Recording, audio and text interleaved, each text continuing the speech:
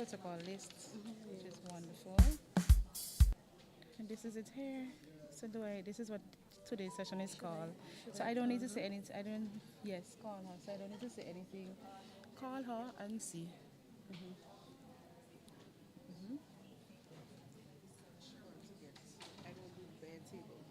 Oh yeah, that's really plain. Okay, so don't start just yet. Okay.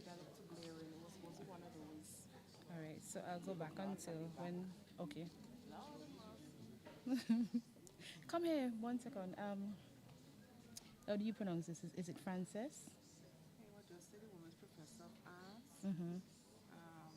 I don't know how to pronounce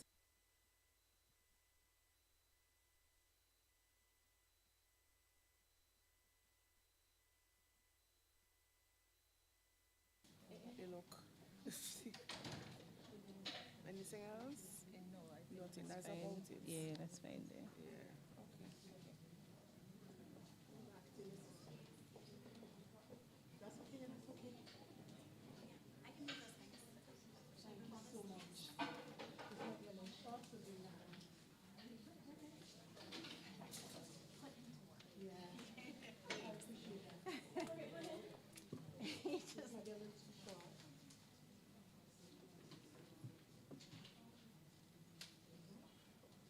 Thank you so much.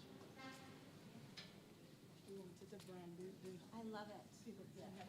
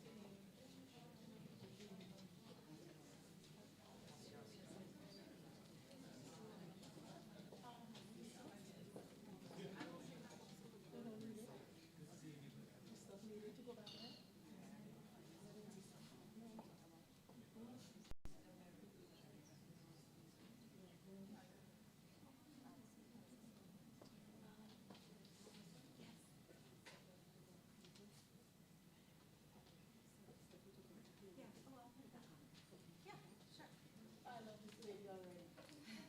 She's like a beast. She's like a beast. So this, look at how much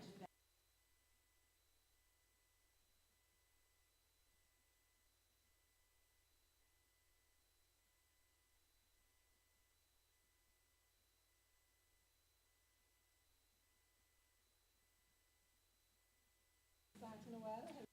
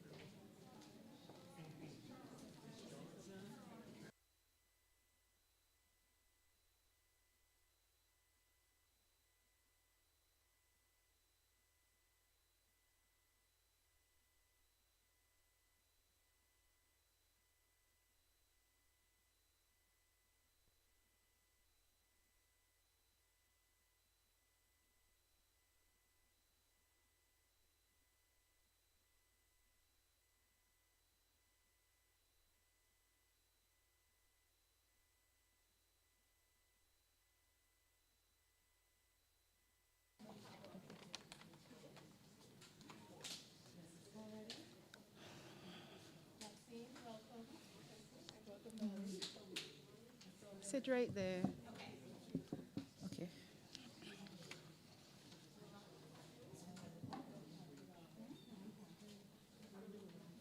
Okay, Professor Alison, ready?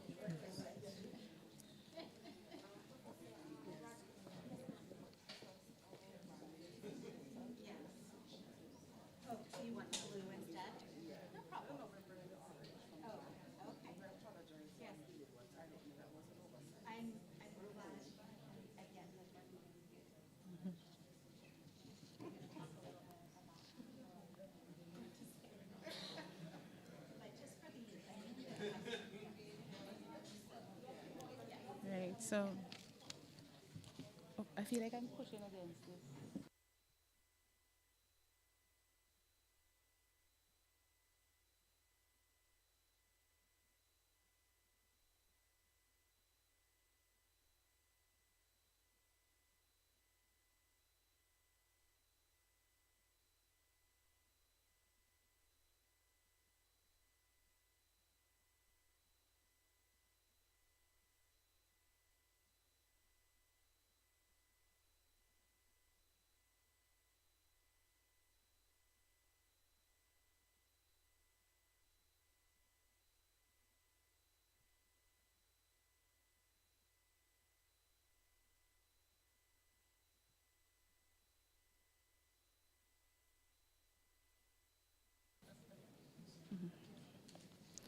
Professor Alison Ragguette, Professor of Arts, Graduate Coordinator, and Interim Co-Director of the Robert and Francis Fullerton Museum of Art at the California State University, San Bernardino.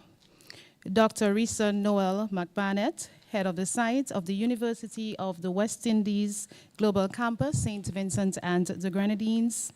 Senior public servants and head of public sector agencies and statutory bodies, Mr. Dixon Finley, Chief Technical Officer, Department of Post-Secondary and Higher Education, Ministry of Higher Education, Grenadines Affairs and Seaports.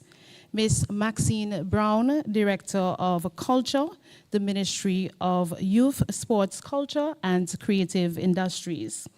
Members of educational institutions, members of the creative and cultural community, other specially invited guests, UWI alumni, tutors and staff, representatives of the media, ladies and gentlemen, a pleasant afternoon.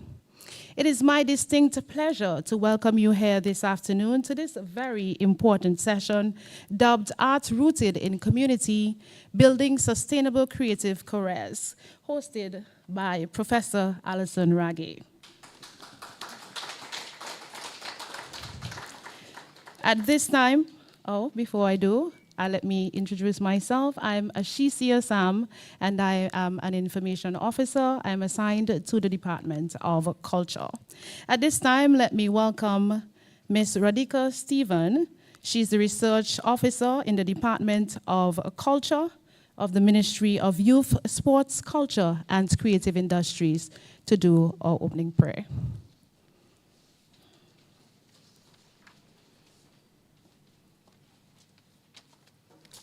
Good afternoon, everyone. Please, let's stand for prayer.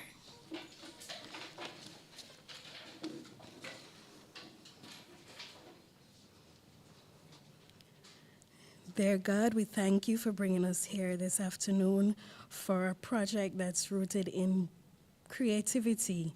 Dear God, I pray that you bless the artists, bless the speakers, and bless everyone here present. And may this afternoon be filled with growth, connections, and more creativity. In Jesus' name we pray. Amen. Amen. Please remain standing for the national anthem of St. Vincent and the Grenadines.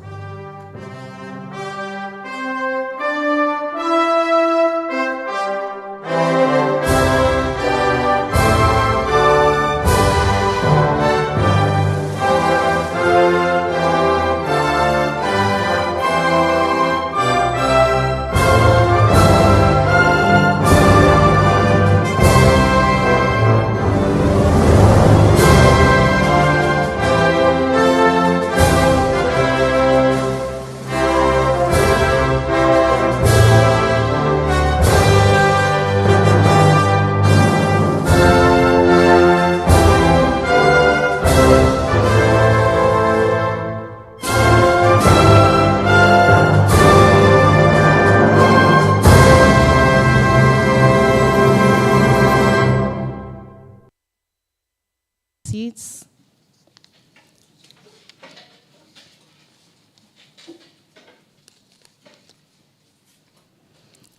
At this time, I will now welcome to give you the welcoming remarks Dr. Risa Noel, Head of Site of the UWI Global Campus, St. Vincent and the Grenadines. Let's welcome her.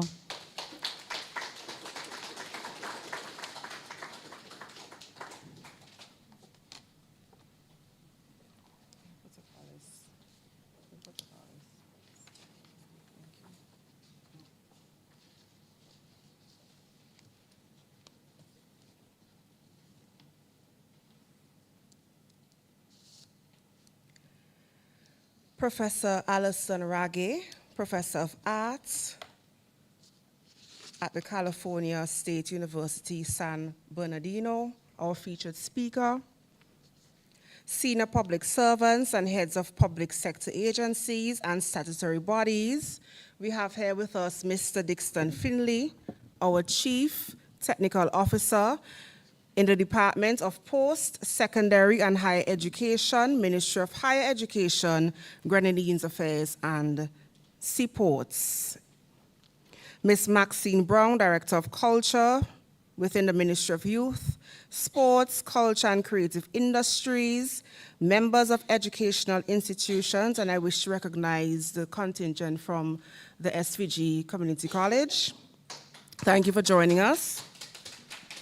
Members of the creative and cultural community, other specially invited guests, UWI alumni, tutors and staff, representatives of the media, ladies and gentlemen, good afternoon. It is my distinct honor and pleasure to welcome you all to the University of the West Indies Global Campus in St. Vincent and the Grenadines as we gather for an academic seminar titled Arts Rooted in Community, Building Sustainable Creative Careers, a seminar that promises to be both illuminating and deeply impactful. We are privileged to host Professor Alison Ragguette, a distinguished luminary whose extensive expertise in the arts provides invaluable insight into the challenges and opportunities faced by those navigating creative fields today. Professor Ragguette's work deftly bridges theory and practice, illuminating pathways toward not only sustaining artistic vision, but also cultivating lasting, viable careers in an ever-shifting cultural and economic landscape. Her insights will guide us as we explore the intricacies of establishing a sustainable career in the ever-evolving realm of the arts. Professor Ragguette reached out to us in October last year in hopes of partnering with our site, and here we are today to witness one of the fruits of those discussions. I wish to recognize Ms. Maxine Brown, Director of Culture, along with her dynamic team, which includes Ms. Shanique Stewart, Visual Arts Development Officer, for their support on this initiative. Thank you very much. I urge each attendee here to engage wholeheartedly, share your insights, pose thoughtful questions, and forge new connections. Remember, every conversation holds the potential to spark innovation, catalyze new projects, or open doors to sustainable creative futures. In closing, let me extend my sincere gratitude to all of you for your dedication to the arts and to the communities that enrich them. Together, let us embrace this seminar as a powerful step forward, a step toward nurturing creative endeavors that sustain us economically, inspire us personally, and uplift the communities we hold there. Thank you all, and I eagerly anticipate the rich discussions and inspiring ideas that will emerge throughout today's talk. Thank you.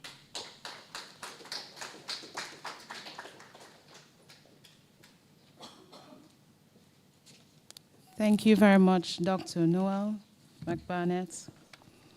If it's one thing about the University of the West Indies Global Campus, St. Vincent and the Grenadines, they're always willing and ready to partner with other academics. So let's commend the UWI Global Campus for that. At this time, I'll now welcome Ms. Shanique Stewart, the Visual Arts Development Officer in the Department of Culture in the Ministry of Youth, Sports, Culture, and Creative Industries, to bring us brief remarks.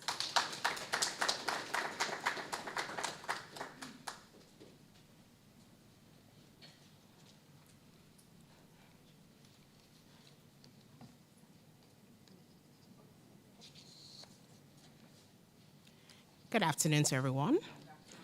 I trust that your day is going well and it's going to get better. All right, so it is my distinct pleasure to welcome you to Arts Rooted in Community, Building Sustainable Creative Careers. Today we are deeply honored to have Professor Alison Ragguette, an accomplished artist, educator, and researcher whose work thoughtfully explores the intersection of material, community, and meaning. With over 15 years of practice, Alison has cultivated an innovative sculptural language. Working across glass and rubber, she serves now as a professor at the California State University in San Bernardino. Her work has been exhibiting internationally, including the American Museum of Ceramic Arts, and she has participated in residencies in places such as Cuba. Yes. Her practice is grounded in rigorous research, material exploration, and a deep commitment to community engagement. So I just say this to say, I want everyone to understand again the caliber of the lady that is going to speak to us soon.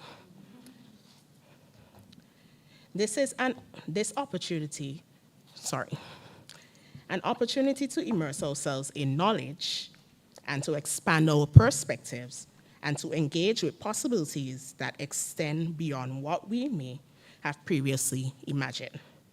For those considering to further their studies, for the art students, yes, this is for you, our emerging artists, like our artists in the back, our established creatives, Mrs. Musa. This moment offers access to insights, experience, and pathways that can shape the future growth. A space has been intentionally created where art, ideas, and creative enterprise converge so that each of you can begin to clearly envision what is possible. This gathering invites us to network with purpose, to ask thoughtful questions, and to engage critically with the evolving landscape of the visual arts.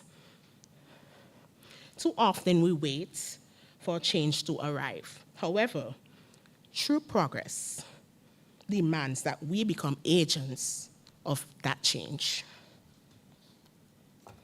As creatives and cultural practitioners, we must look beyond the act of creation itself and consider how we can build sustainable careers, foster meaningful collaborations, and strengthen the systems that support our sector. The Department of Culture, which I am proud of, remains committed to supporting and working in alignment with individuals, institutions, and partners who advance knowledge, innovation, and development within visual arts. Ensuring that this sector becomes more visible, valued, and more impactful within our national landscape.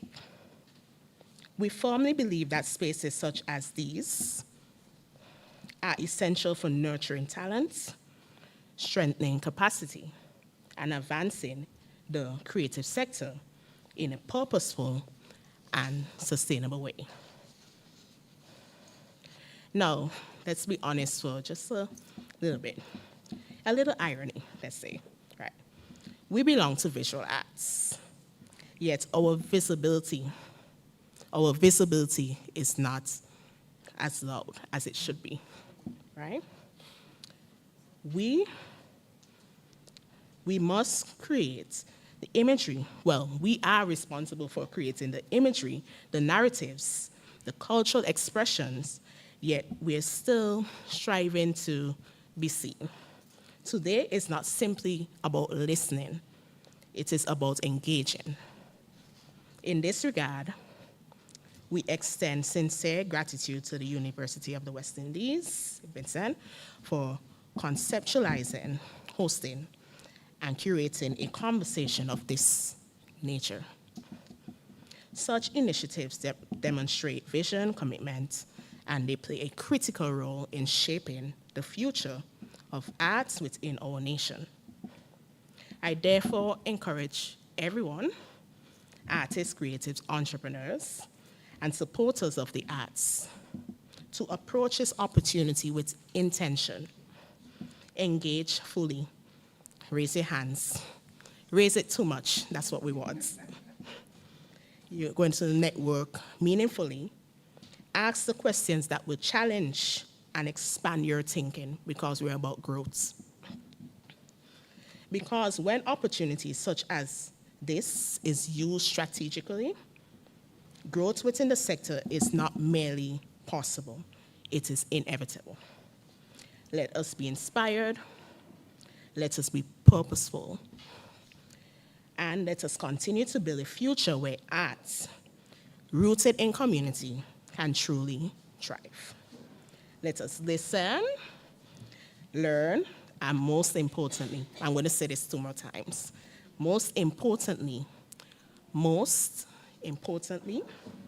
participate. Thank you.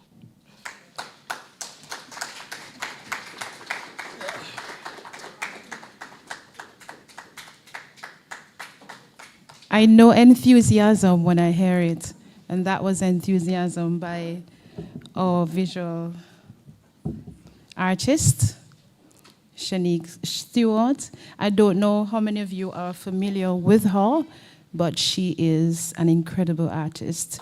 And she has a piece of work that she has done in collaboration with a few other artists, and that will be unveiled next week. It's at the Peace Memorial Hall. It is something that you would want to see. So make sure that you find yourself there. Shanique, when is it? The 31st. At what time? At 9 a.m. So at 10? Yes, at 10 a.m. So our budding artists here from the St. Vincent and the Grenadines Community College, find yourself there. You'd want to see it.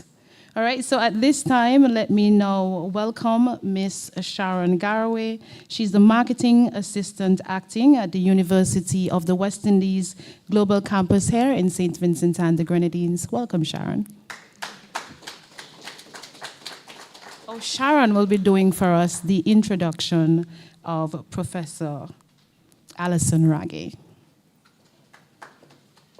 Thank you, my dear Miss Sam. I know she likes to get it right. Yes, true professional. Good afternoon, everyone. Professor Alison Ragguette.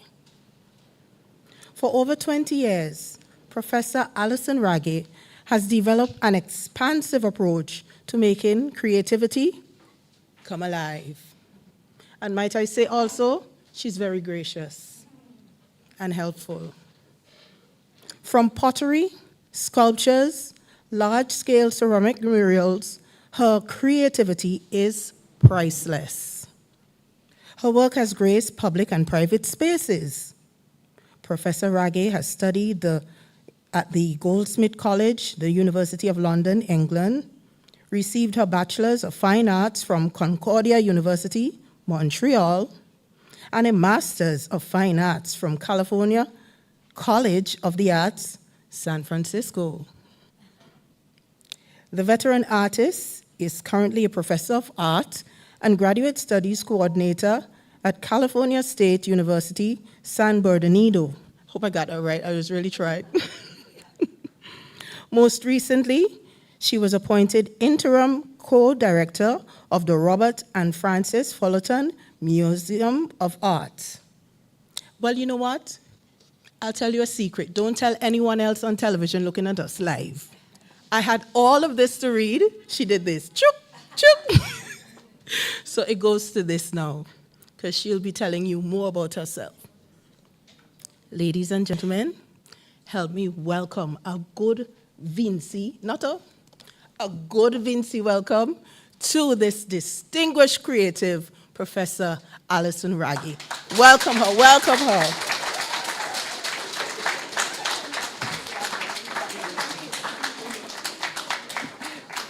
Okay. Wow. Thank you for such a warm welcome. I am so honored with such a lovely reception. And gosh, I just appreciate all of you for making this happen. I'm totally honored. So quickly, before I get started, I just wanted to say a big thank you to the University of the West Indies and Dr. Noel McBarnett. Thank you so much. I reached out to you cold, and I just said, hey, would you be interested? Because that's what we do. University folks, we reach out and just wonder if there's a way to connect, and then here we are. And also, Shanique Stewart, thank you so much. You've been great help. And everybody else that makes this happen. Oh gosh, I should say I do have some family here. My husband, Leslie Ragguette, and Isla Ragguette, and Pascal Ragguette are here with me. And it really is my husband who has introduced me to his island, your island, that brings me here more and more. And I just feel something is really special here. You have something so incredible here. And so today I want to just introduce you to my work, my art practice, and then maybe share some ideas. So we'll get started. This talk is not theoretical at all. It's really coming from my active practice as an artist. And so I invite you all to think about your own relationship to place and community as this talk unfolds, okay? Okay, so I want to make sure my volume's very low on this. So, again, this is me in my studio. You might recognize the material I'm working with. It's your earth, actually. And I think we went through quite a bit of this, but I have a studio art practice. I've made public art commissions. I am also an academic artist. I mean, I really feel like I'm more of an artist than an academic, but I participate and advocate for the arts in academia. I did go to all those colleges there, which was a wonderful experience. And gosh, I most recently was appointed interim co-director of an art museum, which was kind of a surprise, I'm not gonna lie. I was sort of thrown into a position, and it's been a really eye-opening experience and a great addition to my kind of toolkit of understanding how the arts work and also how to fund the arts and all of the things, the administrative things that go into making art look effortless, right? I understand, you probably all know as creatives, you want to make art look easy, right? And you probably already do that, but all of those little details around even a production like today, an artist talk, is something that I'm involved with the museum quite a bit. So when you go to those spaces, remember, somebody has put their great thought and effort into making these environments good for you and to celebrate the art that you have. So I have received several grants. I'm currently learning so much from some professional grant writers at the university where I teach, which has been a wonderful surprise for me as an artist. And so I'm learning the world of international grant possibilities, which is quite exciting. And then I've also had the great honor of attending several residencies around the world, Taller Cultural de Cuba, which was a really powerful experience for me, and Jingdezhen, China, and Pearsall Rubber Factory. So those are some highlights of my career. Whoops, okay, I want to go next. Okay, so this slide, I want to kind of convey to all the young aspiring artists, or kind of, well, we're always young and in our practice, I would say, as artists, right? We never really, even when you attain some level, you want another one, and it's just a lifetime of creativity, which is delightful. But I want to explain that it is not a direct pathway, okay? Being an artist, you have to have multiple approaches going on at all times, right? So at the moment, I'm a studio-based artist. I make sculpture. I show my work nationally and globally. I do those residencies. I work with multiple materials.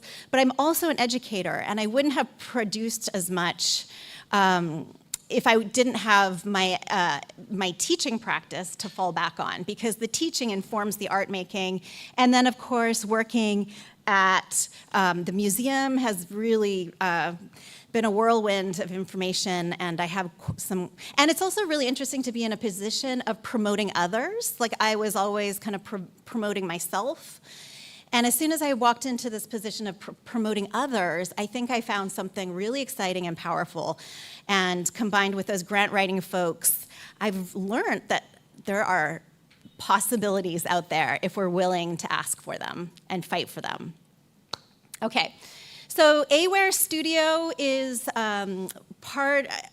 is the branding of my art practice. So I started off, I'll show you a few earlier pieces, but I did start off, well, I've been doing this for a long time, 30 years. And basically my work, the story of Aware Studio, the intention of my practice is to create functional objects and architectural ceramics that infuse meaningful aesthetic experience into everyday life and public spaces. I want my work to be original, one-of-a-kind, handmade stoneware artworks. So I really place great value on handmade, and I'll tell you a little bit more about that coming up. Materials drive my work, and you'll see very, very soon, from table to wall, pottery, ceramics, large-scale murals with dimensional relief, earthy, tactile, celebrating, and the work is always about imperfection, because clay, the material, teaches me that it's always imperfect. You know, this idea, the desire for accuracy or perfection is not, it's just not a material that lines itself to that. I also do commission work. So I've learned living in, oh, I have to back up and I have to declare to you that I am a Canadian. I forgot about that part. Okay, so, okay, we got to just stop all this and say I am a dual citizen, but it's very important that you know that my family and I are from Canada, and I actually had to move to the United States to find a job to teach. And yes, it's a really exciting job, but so we are Canadians living in Los Angeles, just for context. But I will say to you that living in the United States has been good and bad, you know, and there's a lot of bad right now, but I have learned a great deal from living in the United States in terms of commercial art, how to self-advocate, because Americans are very good at that, and it's been a really interesting experience for me living there. So, and it's a place with a lot of opportunity, and so I have over 2 decades of experience making objects and murals for both private and public space, and every project is approached with creativity and good craftsmanship. So I also incorporate it into my teaching practice, so very much like I think what you do at the colleges. I make artwork with my students, and they get professional experiences. Okay. So I believe my work, Aware Studio, is a proof of concept that this works in practice, and it's the multiple avenues that are crucial to making this all work. Okay, so I'm a potter. That was my first love, and it will be my last as well. Sorry, my husband, but you know, But, for me, the desire to eat from beautiful cups and bowls is just such a powerful grounding experience that I wish for everybody. And I love to throw on the potter's wheel. There's that piece, and I sell out of my studio. I have a website. I've got to have multiple channels always generating income, right? And when I get tired of one thing, I'm doing another, and it all sort of is, chaotic, but it also is very rewarding. I went through a period when my children were quite young. I was making more contemporary sculpture for museums in the United States mostly, and this is a large piece that I made for the Architecture and Design Museum in Los Angeles, and it's 26 feet wide, and it's made of rubber and porcelain clay. So I kind of went through a phase of really interested in materiality and kind of the juxtaposition of kind of hard, cold materials, porcelain, also fragile but strong, against this kind of soft rubber material that's almost skin-like or flesh-like. And this piece, well, there's a lot to this piece, but it really is about superimposing nature and feeling small beside the power of nature. I'll just kind of leave it there. But really, it's an abstract sculpture, for a decorative space. I've shown this probably eight or nine times around the United States. So some more examples. I've had a great access to different materials. So really, the pure inquiry and play as an artist is so important, right? To discover new things and to follow our impulses to make things and try things was always, I've had a great opportunity and access to that. This is a show at the American Museum of Ceramic Art, sculptural objects. Let's see, I do wall works, pedestal top works. Everything is always about a highly technically crafted thing and some complex mold making skills. For about a decade, I was really dedicated to that practice. COVID hit and I sort of lost I'll say it differently. COVID hit and I decided I was more interested in community-based practice. Because I think and by the way, our whole family was down here right when COVID hit, and we should have stayed with you all because we went back to absolute chaos. But we held out for a couple of weeks, and when they closed that airport, I got nervous. And I didn't want to take up space if you were going to I didn't want to take your resources away. But COVID kind of taught me that making this work is great and all, yes, and having good technique and skill set is wonderful as well. And it's true that spaces need beautiful things. It's very important. But honestly, I think that moment kind of called me to some more important work that was really about community. So this is some architectural ceramic tile mural work that I've introduced to my students. This is a technique that I did not make up by myself. Technique is always passed down, right?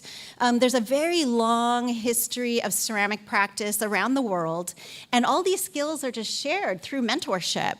And so I want to just acknowledge a former mentor, Connie Glover, who taught me this entire technique. It's not mine at all. And I was able to share this technique with probably about 30 artists who live in Southern California, San Bernardino area. And I will share with you that those students are not wealthy folks. They're usually first generation attending university out of their entire family, and they don't come from great means, and their country doesn't treat them terribly well either. So it's such an honor to work with those students, and we're sort of creating an art movement, I hope. I have students now who are tenured professors teaching ceramics, so that is really exciting to me. That means wow, I am making an impact. Things are happening here. This is a permanent artwork. You can see right here, this is unfired, and you can kind of get a sense of the scale. My daughter was in my belly at that point. Now, I'll see if this video works. Let's just bear with me, everybody. It should be hyperlinked. Let's see where we... Okay. Okay, perfect. I'll kind of talk through this a little bit, but so, gosh, you know, I just set out to design this work with students, and I was able to also pay students to work on this with me. Thank you. Okay. Oh, do I have to click and drag it over? Click and drag, it's not gonna work. But I think SVG CC students, you saw this last year, so let's move on. Let's move on. It didn't work. It's okay. I got another video, don't worry. I got many more videos. Okay, so I've been doing, you know, tile mural projects in parking lots and in mediums, you know, and I found it a really positive teaching experience, right? Because it's all these students whose parents don't necessarily think they're going to have a great career if they choose art are able to work on these projects with me and get paid, and they get to go home and show their family that there are viable paths forward as artists. Let's see, this is a video. Let's see how we go here. This is our latest project that we did at the university. And this is the College of Education. And again, I worked with probably 30 students over 3 or 4 years. And you'll see a lot, it was through COVID, so we're all masked up. It's probably a good thing with ceramics anyways to wear a mask. But it's a wonderful teaching tool, right? It's not just hypothetical art making, it's real live art that belongs to a place. It's incredibly hard work. This is the installation process. So we go, everything from design work all the way to installation happens. And, you know, this is a technique I would love to share down here if anybody's interested. I think, Ms. Stewart, you're doing similar work, 3-dimensional sculptural wall stuff, which is really awesome.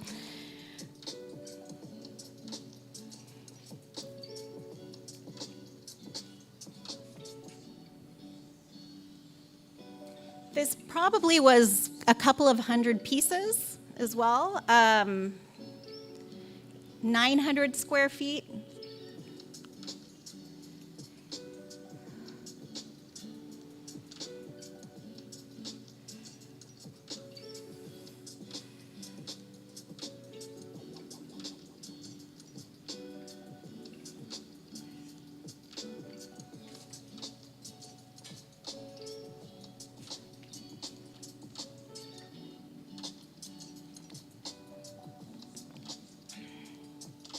It's hot in California too, by the way.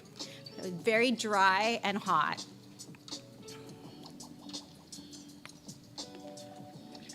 So, none of this work happens without a budget, right? And I've been very fortunate to have been introduced to folks who are very generous and support these types of projects. So that's a big part of the art administrative piece that I've learned also working at the museum, right? You need a budget to do all this stuff, not just a professor willing to do it. Oops, next. Okay. Any questions before I move on from the murals or pottery? You can always ask me later too, but yes, please.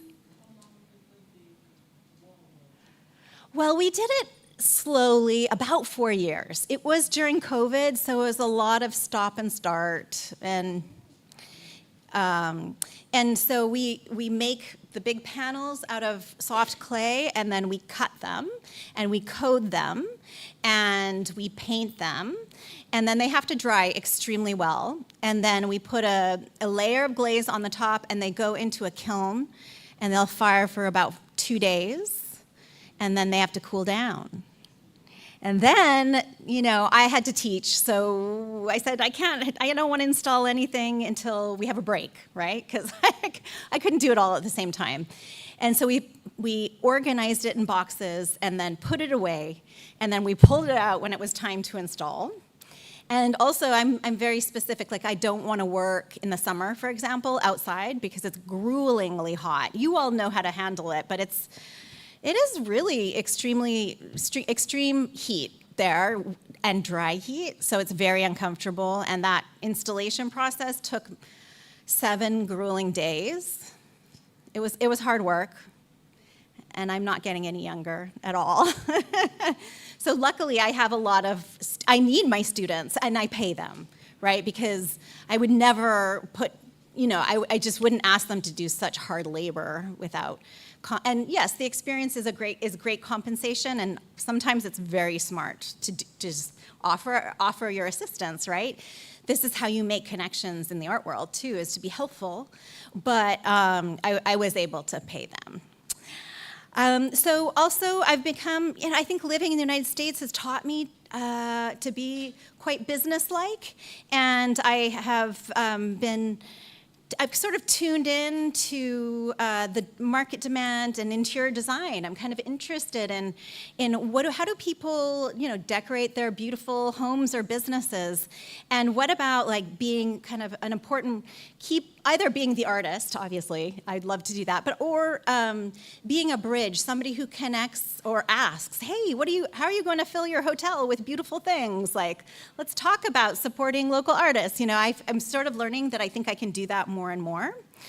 I do think the commission model is really interesting. So hotels, public spaces, private clients is precisely the revenue stream that I hope all of you can cultivate. You are creating, there's more and more tourism that comes here, and creating relationships with resorts and construction companies and retailers, I'm learning, is a really great way to share the arts, okay? So this is an example of just a private home with some objects with another fellow artist. She's a glass artist, and some other pretty obscure pieces that, are commissioned. It's indoor-outdoor work. Again, private clients asking for kind of large-scale sculpture, for kind of dramatic spaces. Okay, this is a series of videos, so let's see how this goes.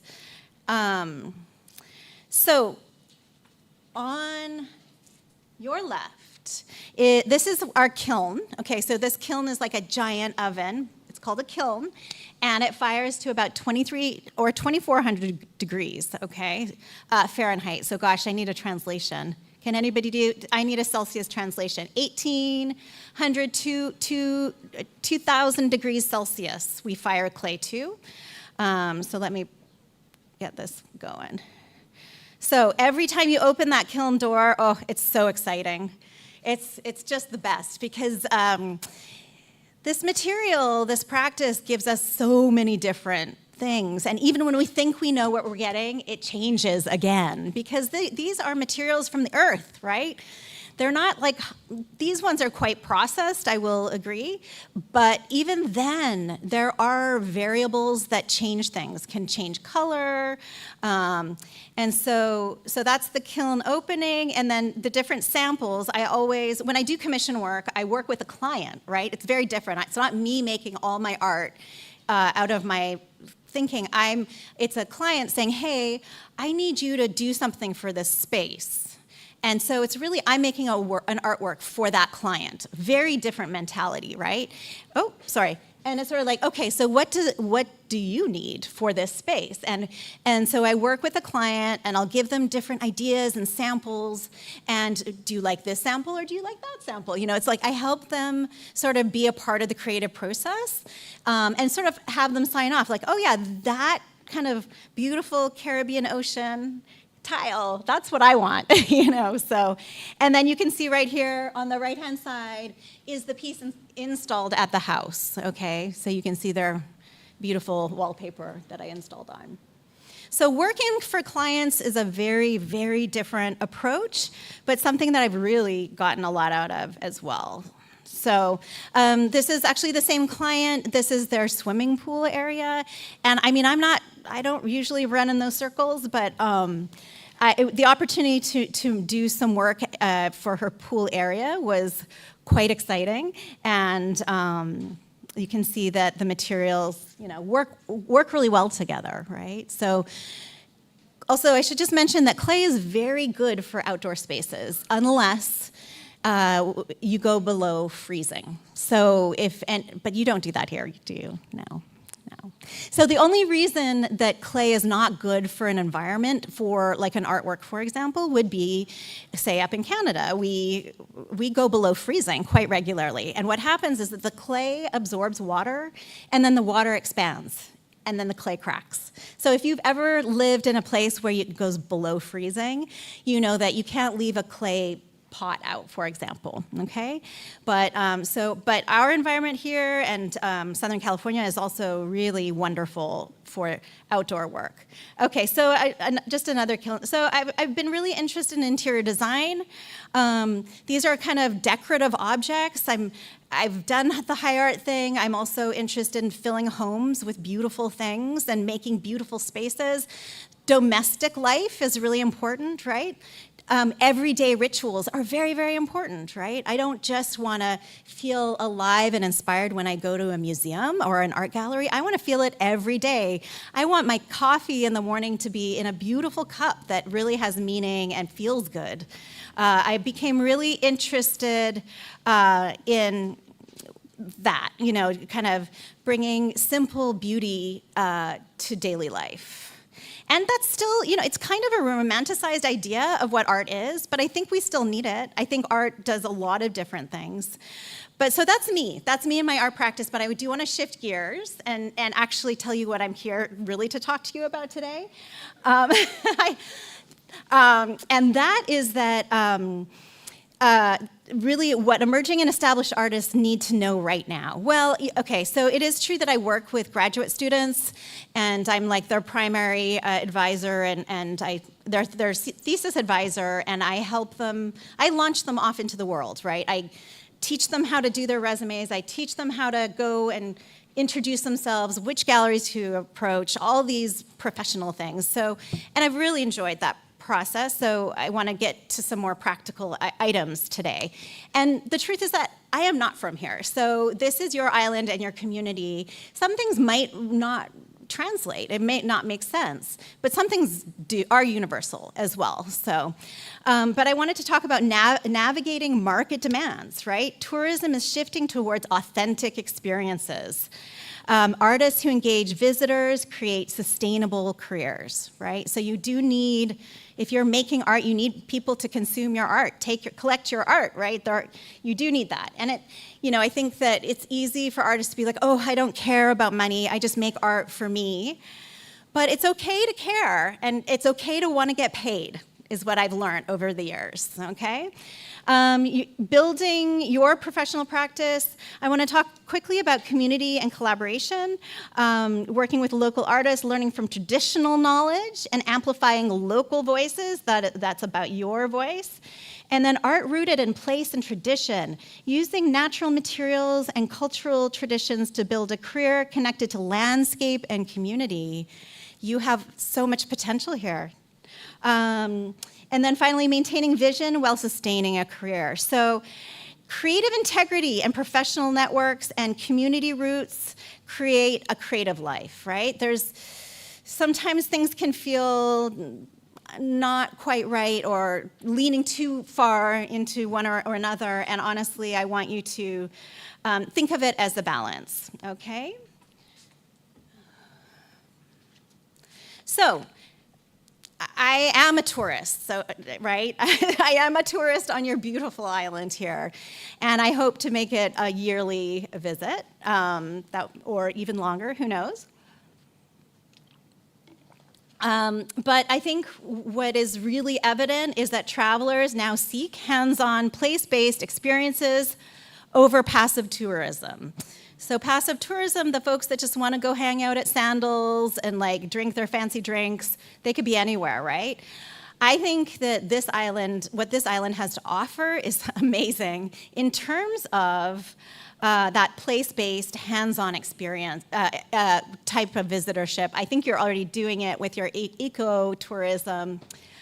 I think artists working with natural materials have a unique competitive advantage. And I'm going to explain why, okay, throughout this conversation. I do truly believe collaborative, community-embedded practice attracts real investment, okay? So if it really makes sense on multiple levels, people want to invest. Those folks that have the money or the grant that we submit, they want to get involved because they can feel the power of the project, okay? And then workshops and demonstrations build sustainable income streams, right? So you're doing many things, not just one.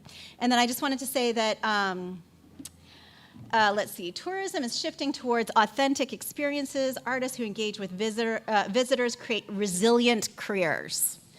So it's not that you're pandering to tourism, it's just that you're offering what you have to offer, okay?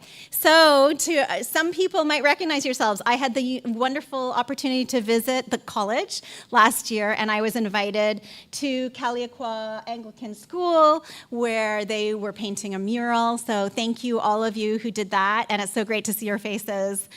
So I visit regularly. I truly believe in learning from traditional knowledge, working alongside local craftspeople to understand traditional techniques, amplifying rather than appropriating voices, right? So we uplift others. I am just a fellow artist here. And then collaborative co-creation. And I think what you're doing at the college is also super exciting, that you're going out and making work together as a team, because actually big art projects, they don't happen all alone in your studio. They happen with a whole range of people and contributions that are really crucial. So I think all of those things come together to kind of build up community. So, you know, if you are an aspiring artist thinking about your artistic practice, your professional networks are really crucial. And then your community roots. So do not lose your roots, right? You know, I think there's sometimes a feeling of, you know, I'll just never look back. But hold on to your roots, because they're actually very precious and powerful, and you can incorporate that into your art practice.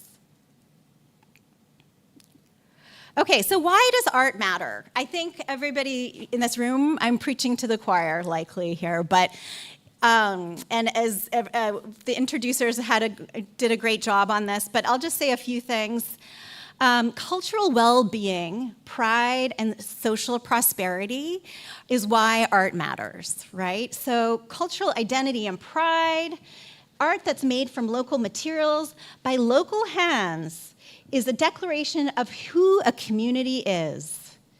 When people see their landscape and traditions reflected in public art, it builds belonging and self-determination.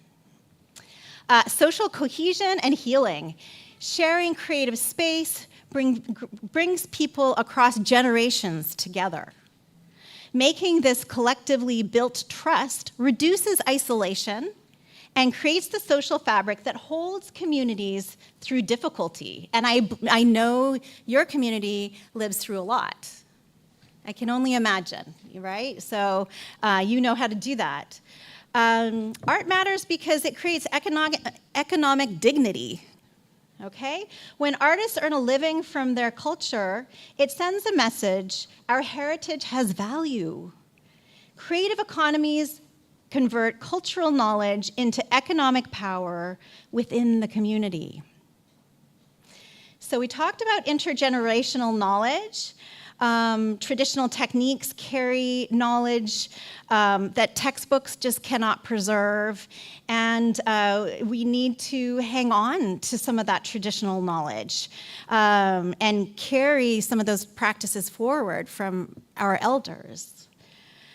Civic imagination is another one. Communities that make art together are better equipped to build their own futures. Creativity is not a luxury. It is a society's capacity to solve problems and envision what has not yet existed. Okay, and then art is now prescribed as medicine, okay? So we do know that psychologists are actually now formally prescribing creative practices as therapies. Okay, we'll talk about that a little bit more too. So, you know, this is really a crucial part of our society, any society, to thrive and be uplifted and do its best work. So, the social fabric that supports the arts. So how an interconnected community weaves the conditions for lasting prosperity, right? So you're all creatives, you're all willing to show up and support me or others and do beautiful things for your community, but it takes more than that, right? It takes institutions that invest. So schools, museum, cultural boards, and I thank you for being here today, universities that fund and celebrate local art signals to every young person that this is a legitimate path, okay? Without institutional backing, talent leaves, am I right? Yeah. With it, talent stays and compounds, okay? So policy, right? And I think that I'm not a government person. Well, I work for a state. I am actually, technically, I guess, working for a state university. I am, but creating policies that protect and preserve artists and their ability to make art is really crucial. So.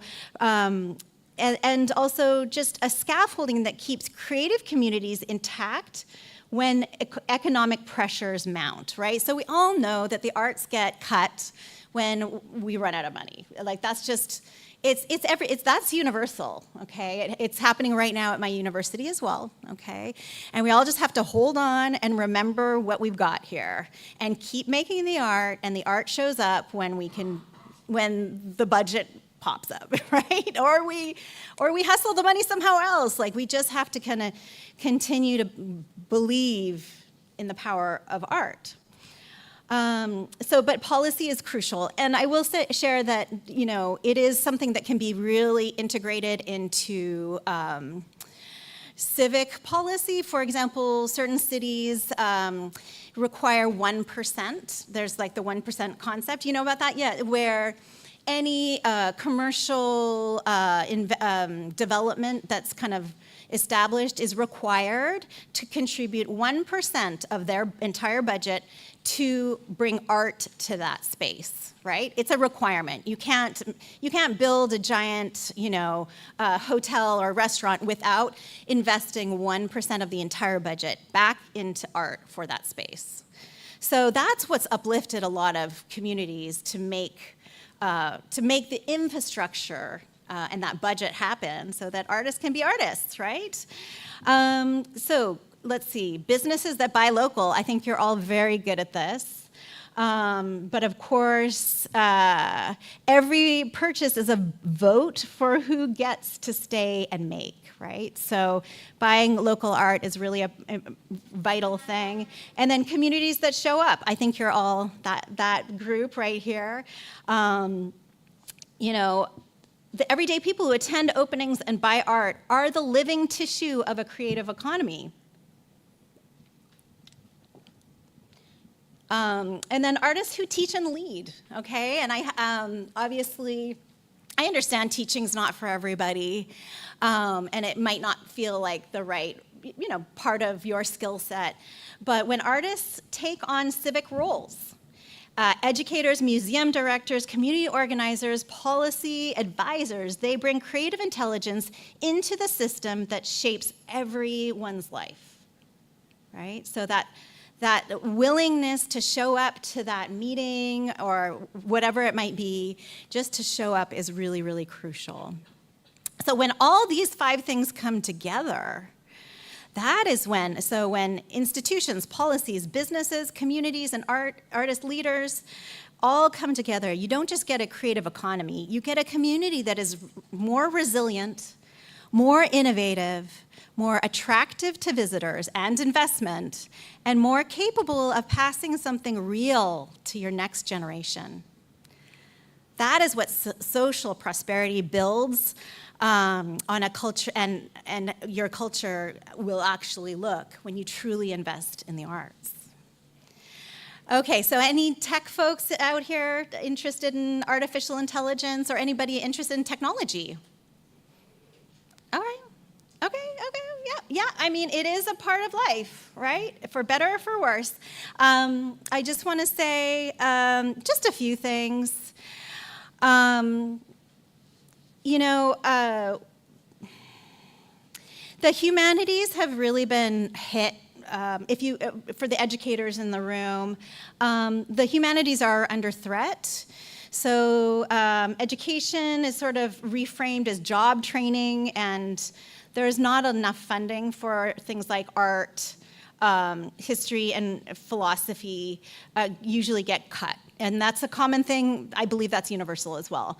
So the rate of investment narrative is that a humanities degree is seen as economically risky. And okay, I mean, it might not, it's a fair argument.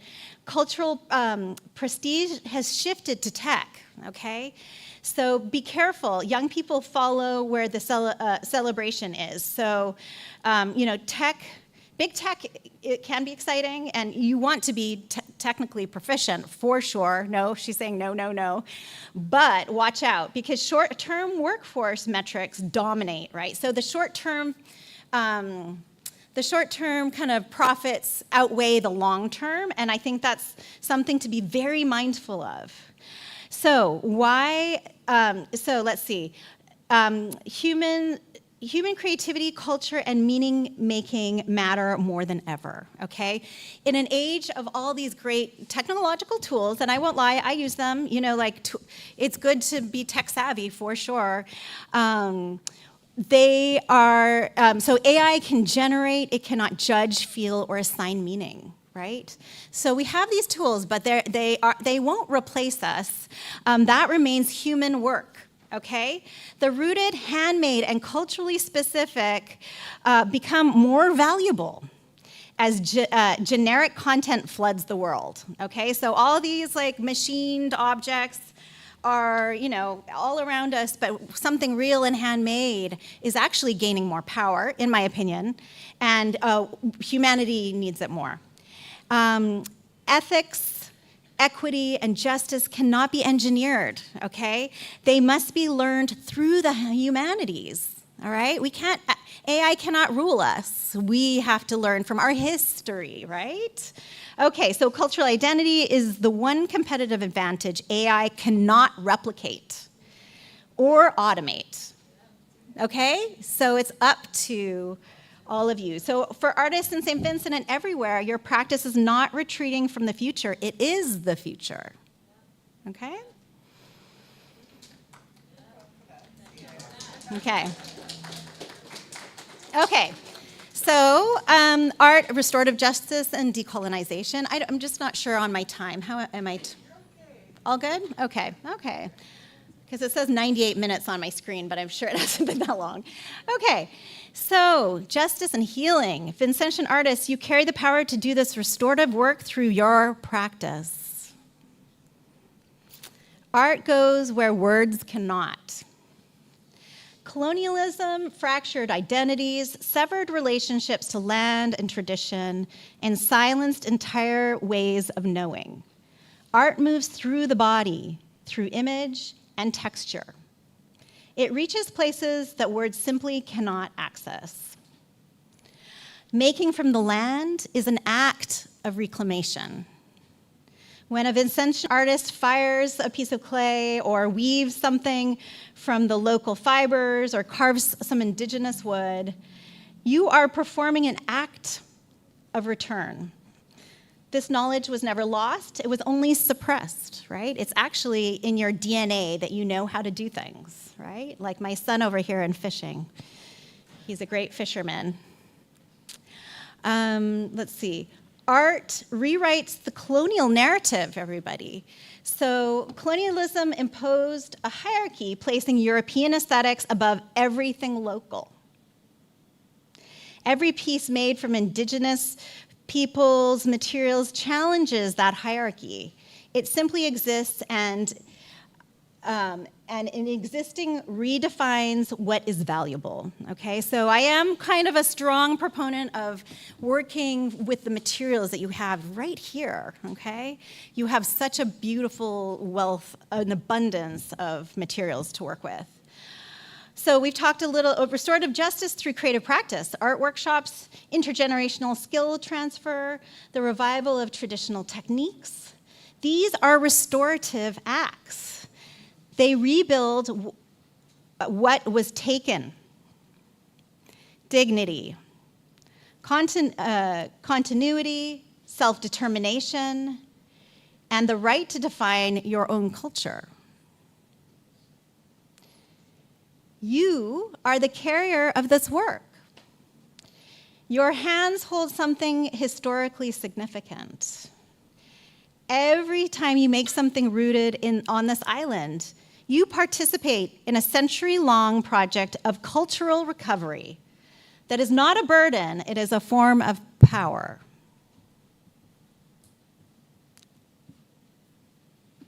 Okay, so I'm going to just speed this up a little bit here. The power of public art and the community-based artist.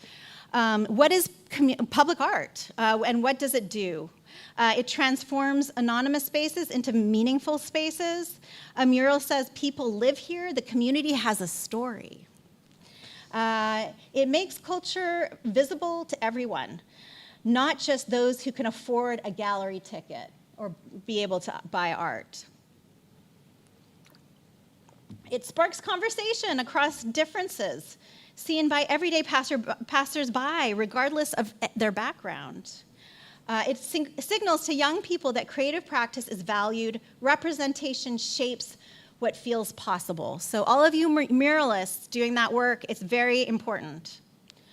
It becomes a destination, right? Public art trails are among the most visited sites in cities worldwide. So imagine if you had somebody created or curated a map of St. Vincent's art sites, and then the artist tourist like me gets this piece of paper with all maybe GPS coordinates, because I'd be like using my phone, and I'd be like, okay, now I want to go here, and then there's something over here, and I could tour all the art locations on your island, right? So, I do think. Don't underestimate how powerful public art is. What community-based artists bring, our job is to listen before making.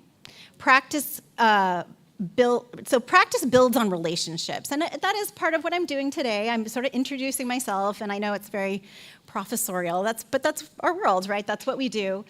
And the work, and so building relationships help for the work to reflect the people, because that's what community-based art does. It bridges institutions and neighborhoods, and it holds memory. It builds economic activity locally and creates belonging.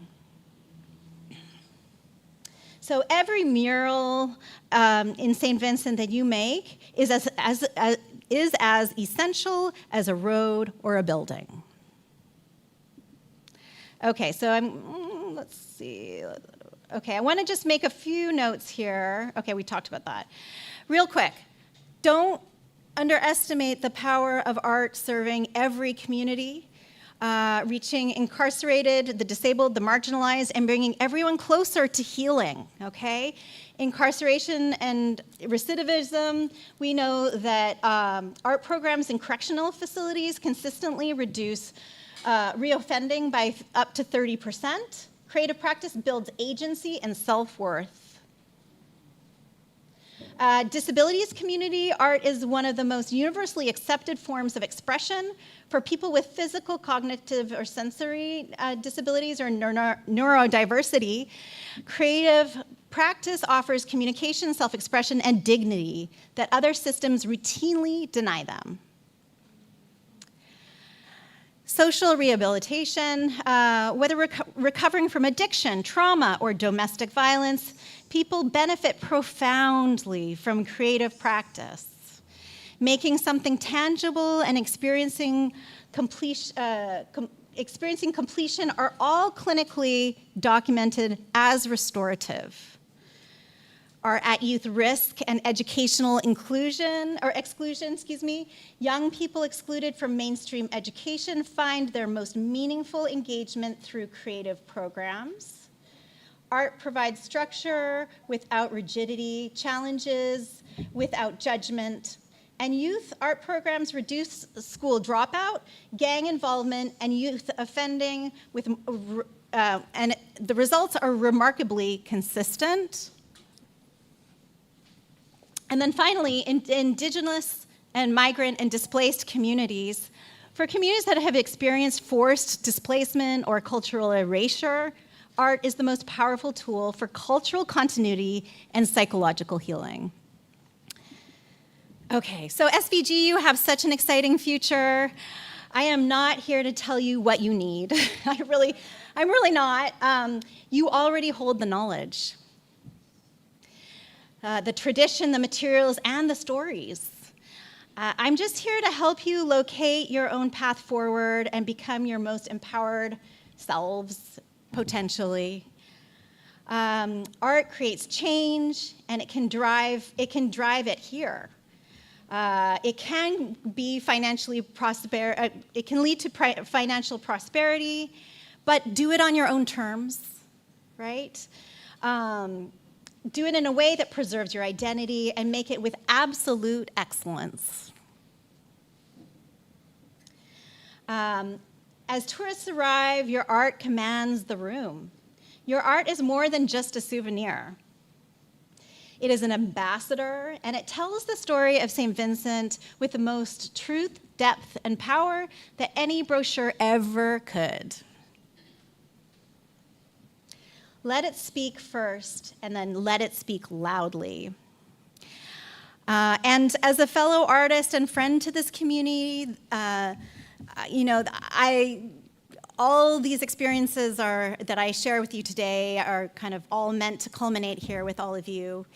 And you have all taught me great things, and I just think that and you as artists have truly moved me in some extraordinary ways, and I thank you for the invitation to be here. And I believe in what you are building here, and I cannot wait to see what you make next.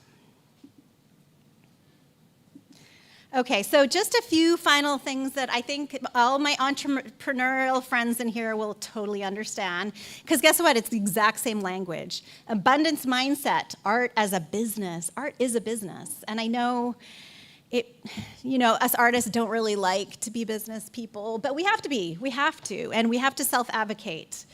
So be resourceful, practical, uncompromising, commanding respect in every room, okay?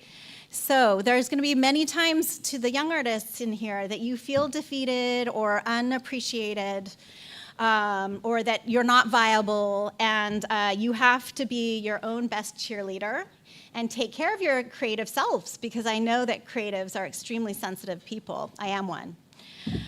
Make sure that you create your multiple income streams, right? So many different ways of making money.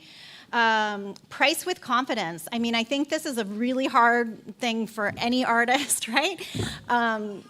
Universally, it is a big deal, but know your worth and price with confidence. Approach every sale like a brand, okay? Think about the experience of selling your work and how you want people to receive your work, okay? Be resourceful but not desperate, ever. Okay, social media is your gallery. And document your process, show your materials, tell the story behind the work. Everybody wants to know. And then build an audience and build your audience on social media. It's a really powerful tool.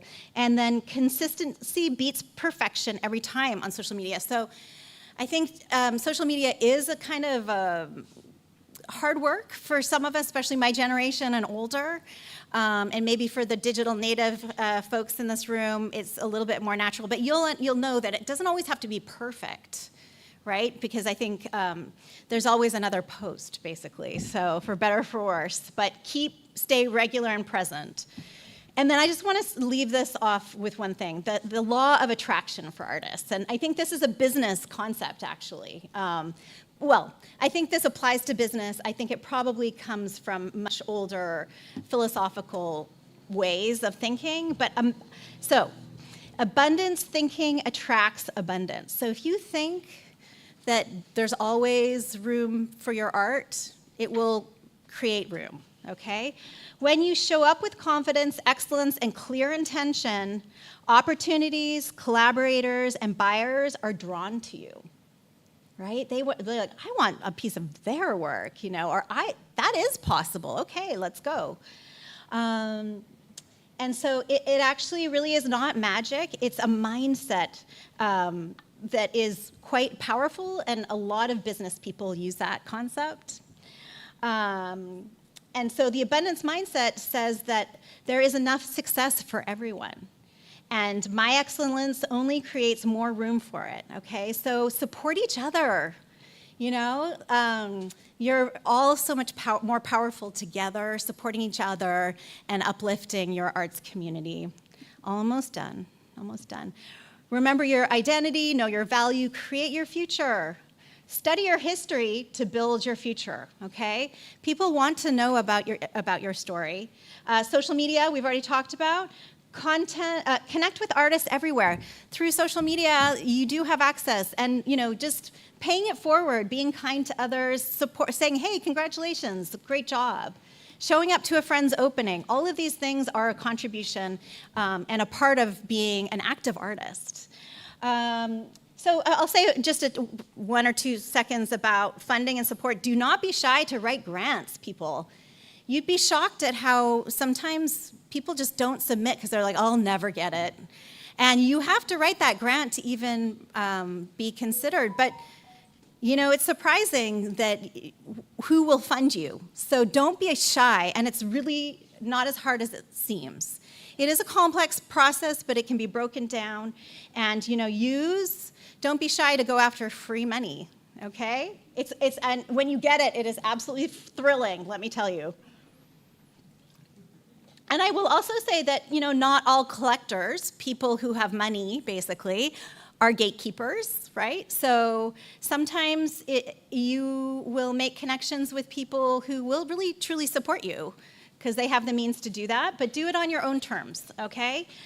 You are the ideas people, so bringing all these brilliant ideas, like we should do this, you know, like, and then really thinking through that, and keep talking about it, right? Keep mentioning it. And then finally, engage with collectors without losing yourself. So always be who you are. And, you know, not everybody is gonna love what you do, you know, which is the hard truth. And yes, it does hurt, but it is the truth. And so you just have to keep on making and being that, you know, artist, or do whatever you're really pushing for, you've got to do it. A few more things: brand it, package it, make it unforgettable. Branding is crucial these days. With social media has brought so many aspects that we're sort of used to now that refine things and make things feel professional. Do not underestimate your branding and how subliminal that message is. Packaging is powerful, right? Presentation is really key. Ecotourism is your lead, everybody. And appeal, yeah. So I'll finish this off. So here's my last slide, everybody, and I would love a conversation. Just a few final thoughts. A sustainable creative career is not built on individual genius, okay, or pure talent. It is built on community, place, and relationships. And then I truly believe, you know, when there's somebody in the room who says, oh, I'm not creative. I believe that creativity actually is sort of like a muscle. Everybody's creative. It's just whether or not people have had the opportunity to practice it. So it's a matter of access, will, and social structure that understand its power. And then finally, here's my question to maybe start off a conversation, but what would your community look like if artists were economically stable, publicly celebrated, and institutionally supported? You have a thought? Go ahead. Say again?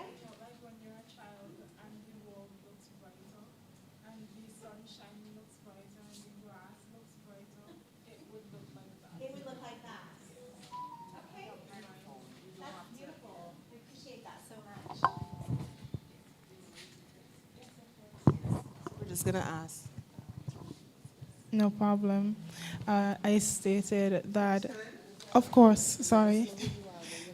Sorry. Hi, my name is Brittany Williams. I'm from Green Hill.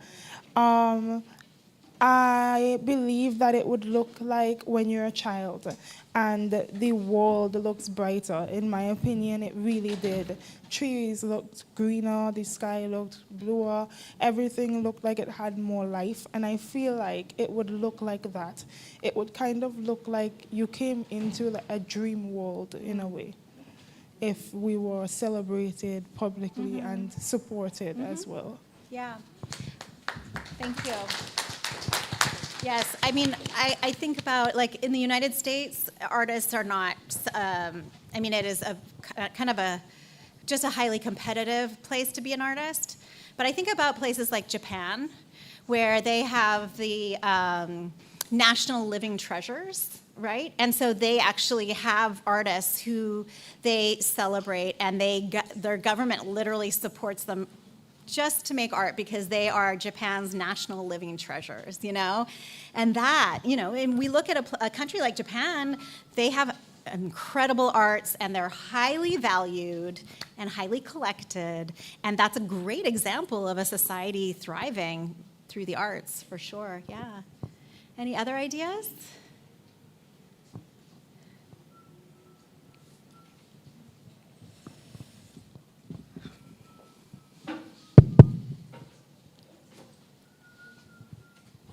Thank you, Doc. Good evening to everyone. My name is Maxine Marvin Brown, and I'm the Director of Culture at the Department of Culture in the Ministry of Youth, Sports, Culture, and Creative Industries. What can I say? So I'm smiling, so you know I'm going to say something good. Well, I dragged myself here, having had a very busy schedule for the month. He was in Heritage Month. And I'm so happy I came because I was very impressed with your presentation. Put your hands together for Ms. Ragguette. Oh, thanks. It's often said a little exposure builds you, and so having come, having seen, I think I've conquered, so to speak. And so I must commend my member of staff, our Visual Arts Development Officer, Shanique Stewart, and her team, Radhika Stevens, and Ashisha Sam. And she spoke well of you, and she planned for us to meet one-on-one, so now I'm more excited. Thank God I came today. And I'm glad I've come because I've seen your work. You have talent. Earlier you indicated that you didn't come to tell us, or something to that effect, but you're here to show us and to further empower us. Yes, we have skilled craftsmen here, aka visual artists, and they're really good, but you have brought a different context, so to speak. And so based on the previous knowledge and what you have, I think we're going to create wonders in St. Vincent and the Grenadines. So thank you for coming. We'll meet up one-on-one. I'm more excited now. I'm really glad I've come because I had a busy day and I thought, let's make some time. And I'm happy I've made the time. I must commend you, and I commend all those who came out today to support the cause. And I know you will create history, so to speak, at SVG when you use their skill set, current skill set, and emerge your diva talent, and we'll have create wonders here for visual arts and St. Vincent and the Grenadines. Thank you very much. It was good to be here. I know Vanessa wants to say something. No, not really, but I will try. Hi, good afternoon, everybody. My name is Vanessa Francis. I'm also here with the founder for the UWI Arts Center. I am the curator and facilitator for the UWI Arts Center / UWI Arts Foundation. But I had the pleasure to have met Alison Ragguette last year, was it? Yes. We are fully acquainted. We had discussed some very exciting things that we could actually do throughout communities and stuff like that. And to have, we even spoke about residency, I think we were speaking about. Yeah, I think we, yeah, we were speaking about it as well. But we spoke of so many things, and I'm basically an artist myself, and I am anything for creative and creativity in the world of art. So yeah, thank you everybody for coming out and supporting this cause, and I hope it will go a long way and probably be repeated. Yeah, thank you. Yes, I would like to say something too. I am Camille Saunders Musser, and I'm the founder of UWI Arts Foundation. And we've been going for 25 years, and that's a lot of time. And you said something that really resonated with me, that the businesses in the community should show support for the arts. And I keep thinking to myself, I wonder if there's some way that the government of St. Vincent could put pressure on the businesses that we have in St. Vincent to support the arts. You know, it's very difficult to have festivals and shows. You need funding for that. Mm-hmm. And I tell you, I've gone around and asked for funding, and people look at you as if what are you talking about? Right, right. You know, and I know there are places that, I don't know if it's a law, but if you have a business, by right, you should give a certain percentage to the artist or to the arts. Sure. Yes. Well, okay. Yes, thank you for that. I mean, I think it is a part of the policy infrastructure from the government, but I'm certainly aware of some examples where the government would offer businesses grants, right? So businesses don't have a lot of money either, right? Everybody's just trying to survive, right? And sometimes businesses just simply don't have that extra funding to buy art. But what if government located funds to basically support businesses to bring arts into their business and pay for it? It could be a granting process or a sponsorship process. So I've definitely seen those kinds of things happen. I've seen governments, like local governments, offer mini grants to artists to work with the community or collaborate with a business, for example, to kind of revive a space or an area and employ artists, beautify an area, and attract customers, right? It's actually a triple win right there. Exactly. So, yeah, I mean, I think that the business owners that I know, they understand that art does attract customers, but it's just usually like, and I just don't have any money, you know? So I do think like social support that way, it can be a really powerful tool. And I could share examples too, like postings or listings of how grants are organized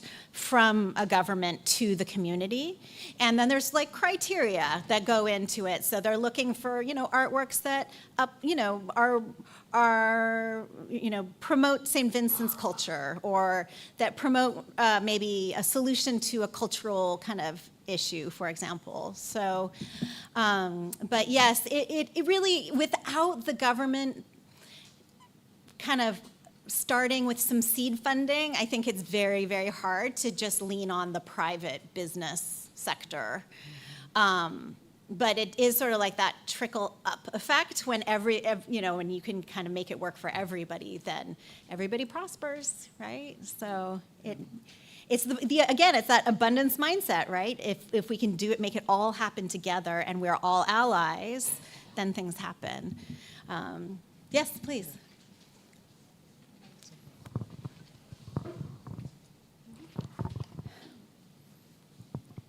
Good afternoon. Hi, how are you? Good to see you. My name is Summer Joseph. I'm from Kelloqua. You asked a question earlier on if we were to be funded, how our community will look. Well, for me, I think the whole semester will be very different, because not only with physical art like sculpture making and stuff, we have a lot of other creatives, such as in music, the Rastas on the road who do shoemaking and stuff. So I think around Simmons there will be a lot of sculptures, especially on the walls, the graffitiers will pretty up the wall, because we have a lot of that around, especially with the murals. And we could open like different stores that offer like pottery making classes, shoemaking classes. That would be good. And for those who are interested in more the performing arts, we could have dance schools and music lessons along with instrument plays, and then we could have the regular art school for people who want to learn drawing and stuff like that. Absolutely.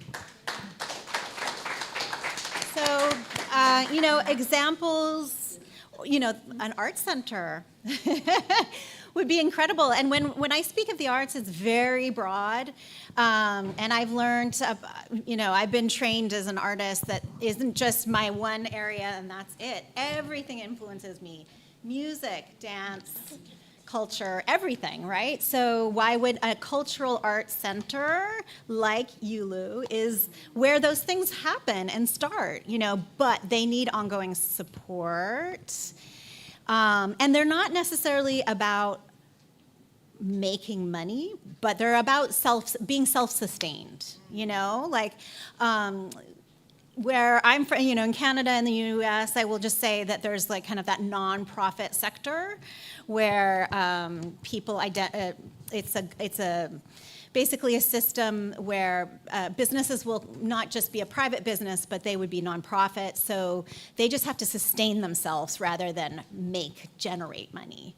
And so, I think obviously we have to be practical, and money doesn't grow on trees, but as the creatives, we are the visionaries too, right? Like imagining it is the first step. So I do think just the resources on your island are just mind-blowing, and you're not using all of them, my friends, at all. And it would be really exciting to see that all come alive. And it's a winner for everybody. It's not just the tourists are the ones that can help keep the money coming in and learn about your culture, but it's really about all of your communities, right? And so I think I mentioned that enough, but yeah. All right. Any other thoughts or questions? Hi again. Hi again. Yes. My art teacher said creative people like to talk. He's right. So I did have more thoughts, I suppose, on the question posed, less on the surface of the world would look brighter, etc., but more also, if that were the case, I feel like right now we are heavily tourist. That's what we are focusing on. And I feel like if this was a thing, it would be even better. In fact, I feel like more people would be coming here, so much more people. We would literally see about maybe 5 boats. We might have to build a new dock. And you were saying about getting a map and seeing all these art stuff, and these things that people have made, and I think that's a great idea personally. I mean, imagine going to Vermont Nature Trail perhaps and seeing an installation that somebody made or a group of students made, and all of these things. I feel like tourists would be even more interested to come see it, and social media plays a big part in that as well. Because you see all these, videos, somebody might see it and say, oh my goodness, I'm going to make a trip to St. Vincent right now. Yes, And 100%. I feel like that's what it would look like probably. But if I continue babbling, I'm going to get you have it exactly correct. There's many examples around the world where tourism has been built around the art, the expressive community, we'll say. And so, there's just so much potential that could happen. Hi, good afternoon. My name is Carlos Cepeda. I am one of the art lecturers at the community college for the Fine Art and Design Associate Degree Program.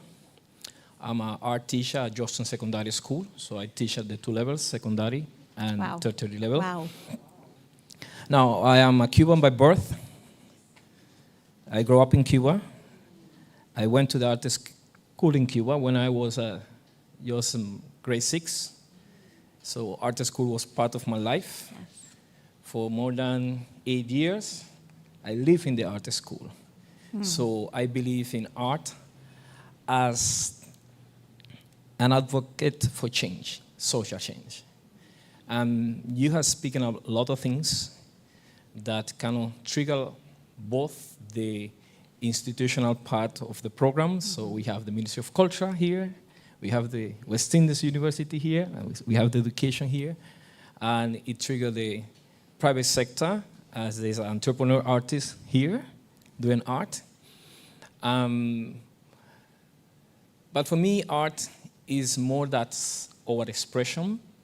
Individual expression is more of the expression of our culture, on our identity, whether as Vincentia, whether as Caribbean people, and spoke about how can we impact, and for this I'm not going to put blame on the institutional system, because I said as artists we have to stand on our own ground. History has taught us, and the student learned a few weeks ago about the Harlem Renaissance in America. One Afro-American has to say, well, it's time for us to create our own art. We can't go to the white people art schools. We create our own art schools, and we stand in our own grounds and develop our own voice to be heard. For me, it's about sustainability. You spoke a little about that, and you're talking about how can we connect with our roots, cultural root, Caribbean, Caribbean people, African people, how we can, yes, still learning to use the traditional and formal media, but how can we introduce new media, how to work with what we have and develop what we call today ecological art, so that we can impact in the tourist business. But how can we create a voice? And I said it for the education system to think about how art is, it has to be fundamental from grade K. Not for a few secondary schools, but to bring into grade K. Children have to learn to draw before they learn to write. They have to learn to observe before they start to think. And how can we start with the small steps to develop a culture that is inclined to creativity? Because it's creativity what is going to take us out. Creativity is necessary for everything. For engineering work, for art, for culture, for even for if we have an army, the army need to be creative. Yes, they do. So how can we take the challenge as my pupils to say that we are going to be the generation to will voice this in St. Vincent. That every area of every corner of St. Vincent is don't have to, and I agree, it could be beautiful that the culture celebrate the artist. That the institutions support the artists, and that we be economically stable, so that we can improve or we can grow more and we can do more. But how can I say, okay, you know what? I don't have it, but many artists did it. I don't have oil. I don't know if nobody knows who is Wilfredo Land. Wilfredo Land. Yes, he's a very important Cuban artist. He born 2 blocks from when I was born, and I was shocked that I always celebrate the jungle. And I was shocked when I made my studies and get that he just took a piece of craft paper. He don't have the money to buy a canvas, no money to buy oil, and today is a masterpiece, and it was created just in craft paper and with wash. Oh, yes. So how can I put my hands and develop and create a voice of my own to impact in the world that I live? I want us, all of us, to realize that this is not a personal or individual effort. We have to stand ground together. Yeah. The old generation, but the new generation that is coming. Yes. It's not my personal voice, it's our united voice. Absolutely. For the sake of our own nation and culture. Yeah. Thank you very much for your work. Thank you. Yeah.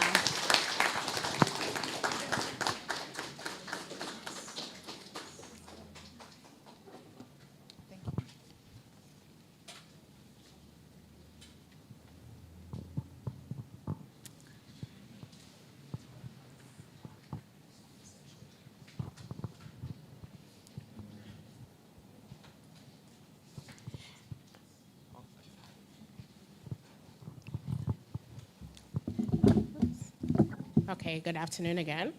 I have several questions, but I'm going to leave space for all the burning questions that's supposed to happen. So I am result driven. I don't intend to just leave this conversation in this room. So I'm just giving you a heads up. Yes. Well, we're WhatsApp friends. We talk a lot. All right. You know where to catch me. Yes. So the first thing, everybody can hear me? Awesome. So in terms of public arts, which I'm specifically interested in, not just mural in terms of paint, but I'm thinking about every single art discipline can become public arts. That's the dream, right? So even performing arts. Jacob, I'm just looking at you, I'm just saying, right? So, so I want you to emphasize for maybe the persons who are not so artsy or knowledgeable of the field, just educate them, enlighten them so that they know why public arts. I know you gave a short description of why, but I want you to really emphasize it for us. So, public art can sometimes be permanent and can sometimes be temporal, right? So sometimes it's just a moment in time and poof, there it is, and there it went. So whether it's permanent or temporal, it doesn't really matter. It's the act, it's the gesture, it's the intention that really matters. And I just think that we all need that. I think life is incredibly blurry when we don't have the arts, right? We need art to be touched. Our souls need to be touched by creative acts, whether they are, music, dance, performance, objects, poetry.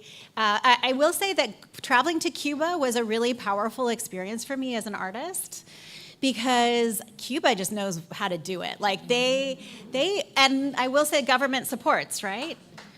But I was so inspired to see how everything just fed everything. And, you go to the ceramics show, but then there's, an art performance going on, or they're playing music and, they're looking at paintings. Like everything was kind of commingled, interdependent, right? And I do think your comment about the collective is huge. And I think Cuba knows how to do the collective very well. Does that answer your question? That we're really talking about something that kind of, touches your soul and really, and you feel a connection with your community, right? You feel connected to the ground, to the earth. That's what art does. So I hope does that help, Shanique? It answers the soul parts, but let's go into tourism, which equals money and opportunity. Let's go into the aspects that can sustain. Sorry, I'm not quite hearing you. Me and Sorry. this mic, yes. So Thank you. I'm looking for you to go into more of how it can help tourism and bring in funding for if you can be very specific. Okay, for very us. specific about funding? Yes. Or some of the creative. For public arts. Oh, for How public it arts. brings it Okay. So I do always have wild racing thoughts about this. And if you want my very candid ideas, we have to be creative about the funding, right? So I do think that reaching out to UWI, I think between the CSU system where I teach and UWI, we could really talk about collaborating and writing grants together, because free money is free money, and especially when we come up with a brilliant idea, we have the power to do a lot there. So I think that's some ideas for public art. But of course, that takes everybody to get on board, and it could be several components. And this is the work that I'm learning about with grant writers, is they have ways to kind of work in, we should also fund having, a grant for small businesses to bring art into their business, right? So let's also add, I don't know, $100,000 US into this grant, and we'll be able to give, I don't know, 10 or 20 small businesses some money to have a public piece be made there, okay? So that's one funding source that I have in mind. I think that I'm learning that, just asking people directly actually works, which is new to me. That's not very Canadian of me at all.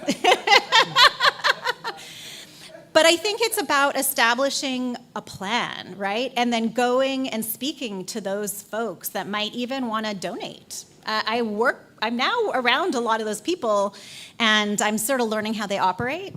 So those are some ideas about funding. What else would you like me to say about funding? Okay,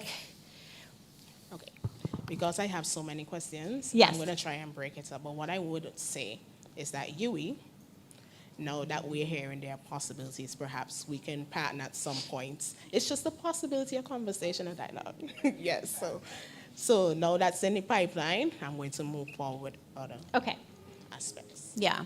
All right, so this is the meat of the matter. Most of our creatives need exposure differences, right? So I figure some healthy cultural residencies, as I spoke earlier with your husband, I think that is healthy for our young people to have that experience, because I know for a lot of us who went abroad to study, how that has impacted us and grown us. And in a sense, it helped us to appreciate what we have a bit more, right, from seeing other people. Definitely. Right? Yeah. So how can we start a dialogue in regards to residencies? Yeah. Okay, so residencies, just for everybody, is an opportunity to go to a new location and work in a studio. Okay, so I went to Taller Cultural in Santiago de Cuba.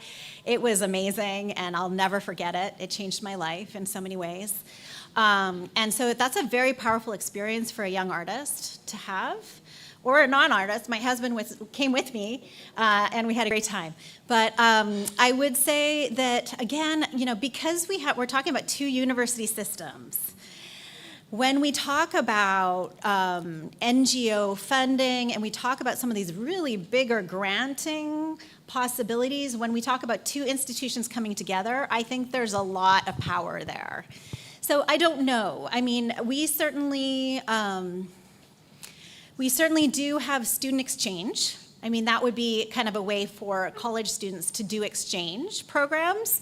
That's something that they do, I don't know a whole lot about, but they invite professors to propose ideas.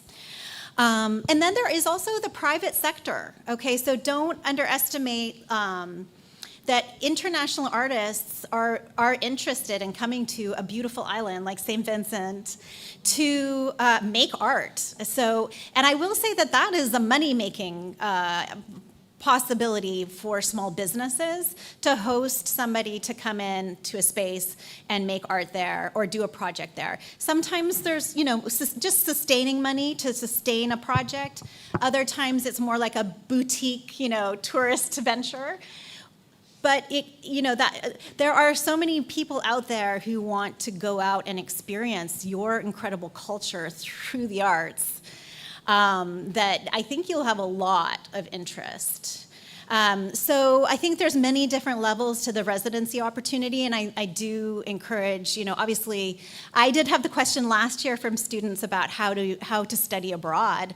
Certainly, it's about our institutions working together and aligning and creating a partnership. And, that's a long conversation, but I'm certainly happy to discuss. And it's really about creating the opportunities, right? And uplifting our young artists because they are absolutely our future. Okay, so I'm not going to ask any more questions. We definitely have to speak beyond this time. Oh, yes, we'll talk. But yes. Just now I'm coming. I'm just letting you know. Oh, yes. You know where to find me. Who was first? Was it? Okay. Hello. Hi. Just to say thank you very much, and it was very, very impressive. Oh, thank you. Yes. But I like to make the point that I don't think that you should ever lose your self-confidence when you're speaking to Vincentians, because no Vincentian would ever think that somebody is coming in here to tell us what to do. Never. We are far elevated beyond that simplistic thinking. Thank you. And when it comes to art, we certainly see art in a universal perspective. And I always remind people what Sir Arthur Lewis, our Nobel Prize winner in economics, St. Lucian, and OECS member states, so we are all one, so he's one of us. He always told me, look at Japan and look at China, and look at how they both learned from each other throughout their history. So who are we not to want to learn from others? And I think Vincentians enjoy embracing opportunities to be enlightened and empowered to move beyond, move the needle forward, as they say. Right. But what I'd like you to do is to remind us, I say remind because I'm sure we know, how important it is for us to maintain our identity as we see it, and to, as you say, to use our local resources, and that the authenticity is what visitors even are looking for, but not that we are doing any bit of art because of visitors and money. And I'd like you to draw attention to that point. Sure. Thank you. Yeah, well, thank you for all those kind things. I think that people feel authenticity, you know? We feel each other, right? And so I can't speak for every tourist at all, but I think that you want to attract the types of folks to your island that really honor your traditions. It's back to that concept of law of attraction, right? So if you are making something with like all of your heart and sincerity, and you're doing it with great study of history and understanding tradition, but also reincorporating or rethinking it for contemporary life and your contemporary experience, and you do it with all of yourself, I think the right people, or the people feel that authenticity, and it's really powerful. And that's why people travel, for sure, and want to learn and engage in your culture. And I think as artists, we all have that ability to reach each other or reach others. Yeah, but I would also just say, don't, if you make work for the tourist industry, a little bit more practical now, don't sell yourself short, right? Always stay true to your identity because it's so incredibly unique. Your history is amazing. And people actually want to know your narrative and your story and your history. So don't just do the coolest thing you can find on TikTok either, right? Be cautious about the materials that you're choosing. I know it's of great expense to get some materials to the island. And the resourcefulness that can happen, instead of buying the white underglaze from Amico on Amazon, you can create a story by saying, I sailed down to Kanawhan to grab these shells to then grind them to create my white paint for my pottery. And that becomes part of the authenticity that you have to share with the world. So there's this saying, the medium is the message, right? The materials hold all the power and the meaning. So I do believe, this might be a little optimistic, but I do, you want those kinds of folks that really understand and appreciate that to be people who come here, right? Because they will truly understand you and respect you.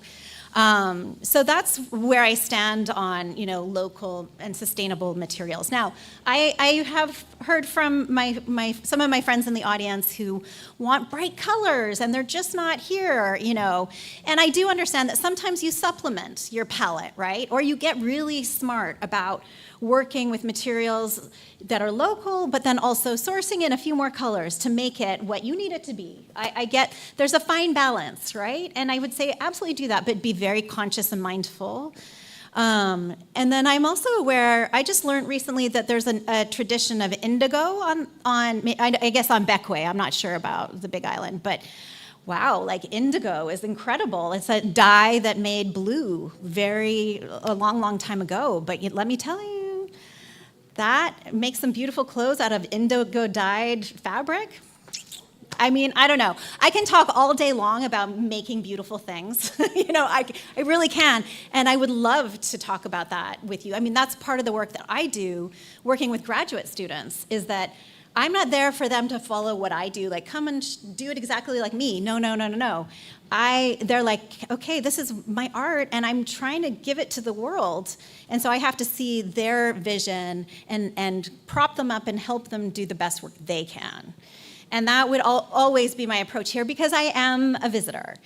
And my experience living in the world in Canada and in the United States is always that we're very careful and cautious when we do that kind of cultural work. So, yeah, but thank you, yeah. Any other thoughts? All right, greetings, love, light to everyone. Jekyll Maze, I am a performance artist, cultural administrator, community builder, sustainer, I assume, a lot of things. I smiled when I saw this first slide in your presentation, Professor, because I feel as though I stand at that intersection. Oh. But first and foremost, I extend gratitude to you for coming and for the UWI through the auspices of Dr. Noel Barnett for communing this space for us to gather. Not often do we gather to hold space for art and what that means within our space. Yes. But within the gathering, however, I want to start by accepting a truth. I feel that sometimes we have an issue with truth and accepting truth within St. Vincent. When I look around the room, I smile because we have all the people here.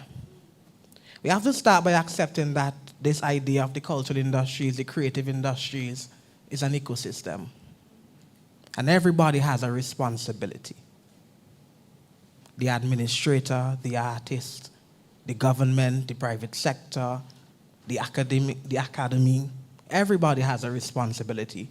I feel that within our reality in St. Vincent, the dynamics of those relations are blurred, and that's where we find the challenge. Yeah, because we're not accepting responsibility. And again, I stand at the intersection of many things. I'm an artist practitioner myself. I'm currently a set intern at the Carnival Development Corporation where I culturally administrate. I am involved in many communities, having traveled abroad at the UWI Mona and Kayville for studies. I am a student of. So I stand at many intersections, but I feel one of the central challenges is that we do not begin by accepting the truth. That I feel across the board we are all not accepting our responsibility. And often when we gather, it becomes a blame game. Yeah? I sit as an artist, but then when I sit as an administrator, I see how the system that speaks at the podiums and the press releases and the speeches is counterproductive to the very industry they serve. Auntie Max, Shanique, Ashisia, Radhika, Kimya, Nisha, Dr. Noel Barnett, Nadia, Ackley. I'm calling out the names. We all have a responsibility. That is the reality. Auntie Max, if you don't advocate for policy in your position as chief, the artists below you suffer. That is the reality. If we do not advocate the policies, the artists suffer. Yes. And the artists are suffering. That is our reality. But I'm not going to continue much there because I just want for us to accept our truths. Right? But my interest is the tensions that exist with the intersections at which I stand. And when I see the intersections at which you stand, then I'm compelled to ask about how do you navigate your own creative voice, your own artistic voice within the realms of these cultural institutions and academic institutions, because that's where I find tension, especially for me as a performance artist whose work stands at the intersection of art as restorative justice and decolonization. You know, how do I maintain that within these very institutions that speak of culture, speak of identity, but we often love the performance of that culture, not the embodiment of that culture. Right. Yeah, and I think that's why I do my work. I tell people all the time, as an artist, I am a politician. My art is political. I have an agenda. Oh, yes. So every time I see someone step back, when I pour water into a calabash, I make note of it. Every time I see someone drop to a corner when a drum starts playing, I make note of those things. But that is my work. So my question to you is, how do you sustain your artistic voice while taking on administrative and leadership roles within these institutional contexts? Because the reality is that as an artist, you have to be what we call locally a chief, a cook, and a bottle washer. You have to be everywhere. That's the reality. Yes? So how do you sustain that, and how do you negotiate and navigate the tensions that arise at those intersections? This is a really timely question. Thank you so much for that. Okay, as I mentioned, I just was appointed a museum director, which was a bit of a surprise, but it's been a really interesting challenge. And so I'm sort of on this flip side of being a showing artist. And so how do I navigate it? I think that with grace and surrender, because I don't think I'm by any stretch an expert. I think I have the great honor of working with some incredible international, like, big artists right now, and I'm incredibly humbled by that. And I'm tuned in to the power of my position as a museum director and what it means to uplift others, which has been something that I've enjoyed more than I thought I might, because I used to be the artist who was the one given the opportunity. And I think, you know, I'm in my 50s. I'm sort of like, I've had a great career as a teacher and an artist. And I think that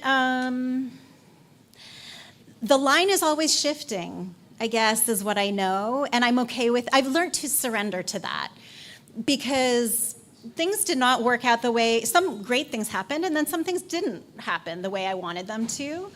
But I think my things shift the older I get, and I mentioned COVID had kind of shifted the intention of my work a lot. I wanted to make the money. I wanted to be the art star in America. And after COVID hit, I was like, who cares? Like, I don't care about the collector, and I don't even, you know, it's just not important to me. I think I'm a mother, and so I am constantly learning to manage a career as a professor and as an artist, and then also parenting has, made me just surrender to so much, and that things do work themselves out. The line sort of is very wiggly, right? I would say, like, I'm in a position of power as a professor, too. Like, in my institution, we have a lot to say. We're unionized employees, right? So, if anybody wants to step on my toes in terms of creative expression, and, America is very, got a lot of issues, but, they really believe in, free speech. They just certainly would not, I have a lot of power. So I guess I like to humbly acknowledge the power I do have, and hopefully use it in the right way and now with the museum job, it's sort of like, well, I can really do, and then the grant writing is sort of the new thing that I've learned, and it's just like, whoa, like we can write a grant for $2 million and they're actually going to read our proposal. And they're like, oh, yes. And I get to work with these experts that all they do is write grants all day for the university. And I'm just like learning so much from that. And so I'm like, well, I guess, the line shifts again, and maybe I can help with that or do something magical with your community, right? Like, I think it's more about, I guess I'm just following my nose a little bit too, and I've learned not to let go of expectations a little bit as well. But when it's a good idea, it's a good idea, and nobody argues, right? So it's just about packaging it and delivering it with pride. So I don't know. Does that answer your question? Well, yes, it does. Yeah. We'll talk more. Yeah. Hi. Good afternoon, everyone. Good afternoon, Professor. Unfortunately, I missed a good bit of your presentation, but the bits I got, I'm just elated that I did get that. Okay. And I came for not only your guidance and your thoughts, but also the other practitioners in the room. This is my present dilemma, right? I'm a student of the UWI campus, this campus. I'm a present and also a past student. And I was here studying for an exam today, but I came to see you, right? Thank you. In capacity, I'm representing my mass band, the Carnival Band, Imagination Mass. It's a traditional mass band. Yes, we consider ourselves a cultural institution. Mm-hmm. To give context to my question, I've been within the band for the last 2 to 3 years. I'm the newest member of the team. Mm-hmm. However, the band is 36 years old, so I really new, right? Mm-hmm. And what I've observed, not only for my traditional mass band, but for the other mass bands, context again, there's 14 registered carnival bands in St. Vincent the Grenadines, wow. 12 are traditional bands, right? My mass band have never made a profit, never made any money. I look at these skilled craftsmen within my mass band, right, who has not been able to carry home money to their wives, to their children, to show them how what they've been doing and spending their time as a side hustle could actually be an economic venture, right? Mm-hmm. So my task as the new addition is to help these skilled men who've been contributing, dedicating hours, right, to show them that this could actually be their primary source of income and to give them hope. So my question to you is, how could I encourage not only my mass band, which is a traditional mass band, but the other 11 mass band who have been in this some for 40 years, right, and are not seeing it as profitable as other territories? What advice? Like for me, I have some ideas for my team, and we work on a plan. But there are other brilliant persons here in the room, including yourself, who may have some ideas of how we, as a traditional organization who extend even beyond Carnival, can ensure that not only our present members, but the younger ones who we want to teach can thrive and look at this as a primary source of income. Because from my observation, my personal observation, me, Janil King, speaking on behalf of Janil King, most persons have a day job, and this is a side hustle because they're too scared to completely stand in the truth of creativity. It is a risk, right? And let's be honest that I don't, that idea like of the starving artist that people like to romanticize is not true, because nobody can make art when they're hungry, right? So, but I think that is a question for your peer group, because to get some really hard advice about that. But I would imagine education is a big part of that as well. So what do you all think about that question? Amazing. Yeah. It's great. If I may? Please. Okay, so first of all, I would like to thank you immensely and tremendously for taking the time and coming to do this talk. I think you've given us so much inspiration, so much food for thought, and it is a timely and overdue conversation, and it validates a lot of what has already been happening in the space, but it also validates the fact that our creativity here is such an under-tapped resource, that because sometimes we're bogged down by the realities that we face, that sometimes we're feeling like we're in a bowl and all we can see the walls of the bowl, right? So first of all, just to introduce myself, my name is Kimia Glasgow. I'm primarily known as a fashion designer. Okay. So I have a fashion and lifestyle brand, and we focus on sustainable products. inspired by our Caribbean heritage. So I was brought to fashion through art. A lot of people are brought to fashion through sewing and garment construction, but art is where I started. I grew up in Trinidad. I was born in St. Vincent, but I grew up in Trinidad. So I was exposed to an art education. And when we moved back here, I was 16 years of age. And what surprised me was how many natural artists there were here who had never, because of our education system, been exposed to an art education. So the talent was there. Some of it was raw. Some of it was naturally developed, and wonderfully so. But the time and the effort being put into the students, because I had an art education from primary school straight through, it wasn't arts and crafts, as it's called here. It was actual art that you spent time painting, drawing. Yes, you did get to do crafts as well, but you were developed as an artist. You know, and I won prizes when I was at school, and it was encouraged. I have a fine artist in my family, Josette Norris, and she's one of St. Vincent's most accomplished artists, but often her name is not mentioned because, for the most part, artists don't necessarily become brands in this space, or should I say there should be more brands in this space. And she would have been educated at the tertiary level at the Edna Manley School, and I'm seeing some Edna Manley faces in here, including Mr. Joyette. And the Edna Manley School in Jamaica has done a lot for St. Vincent and the Grenadines, but for some reason, the word is not getting out, right? And I wish that more people would understand that if you do want to get an art education, there are lots of choices, but that's one of the most brilliant choices that you could make, because the programs are rigorous and they really put you through your paces, and you get to also live in a space where art is respected. I mean, people don't even know there was an artist in Jamaica whose paintings were stolen off of the walls of his widow's house. And I was like, they're stealing art? Like, who's stealing art in St. Vincent to sell on the black market, right? That's just to tell you the value. The value, yeah. Yeah? Yeah. And I mean, this is an accomplished Jamaican-born artist who is feted and celebrated all over Europe. He's one of their founding fathers of art. So that's just to tell you what's capable. But one of the things that you said that really drove home to me, and this is something I raised before, is the funding. And the fact that the incoming administration has committed that the orange economy is one of their 4 pillars for economic development.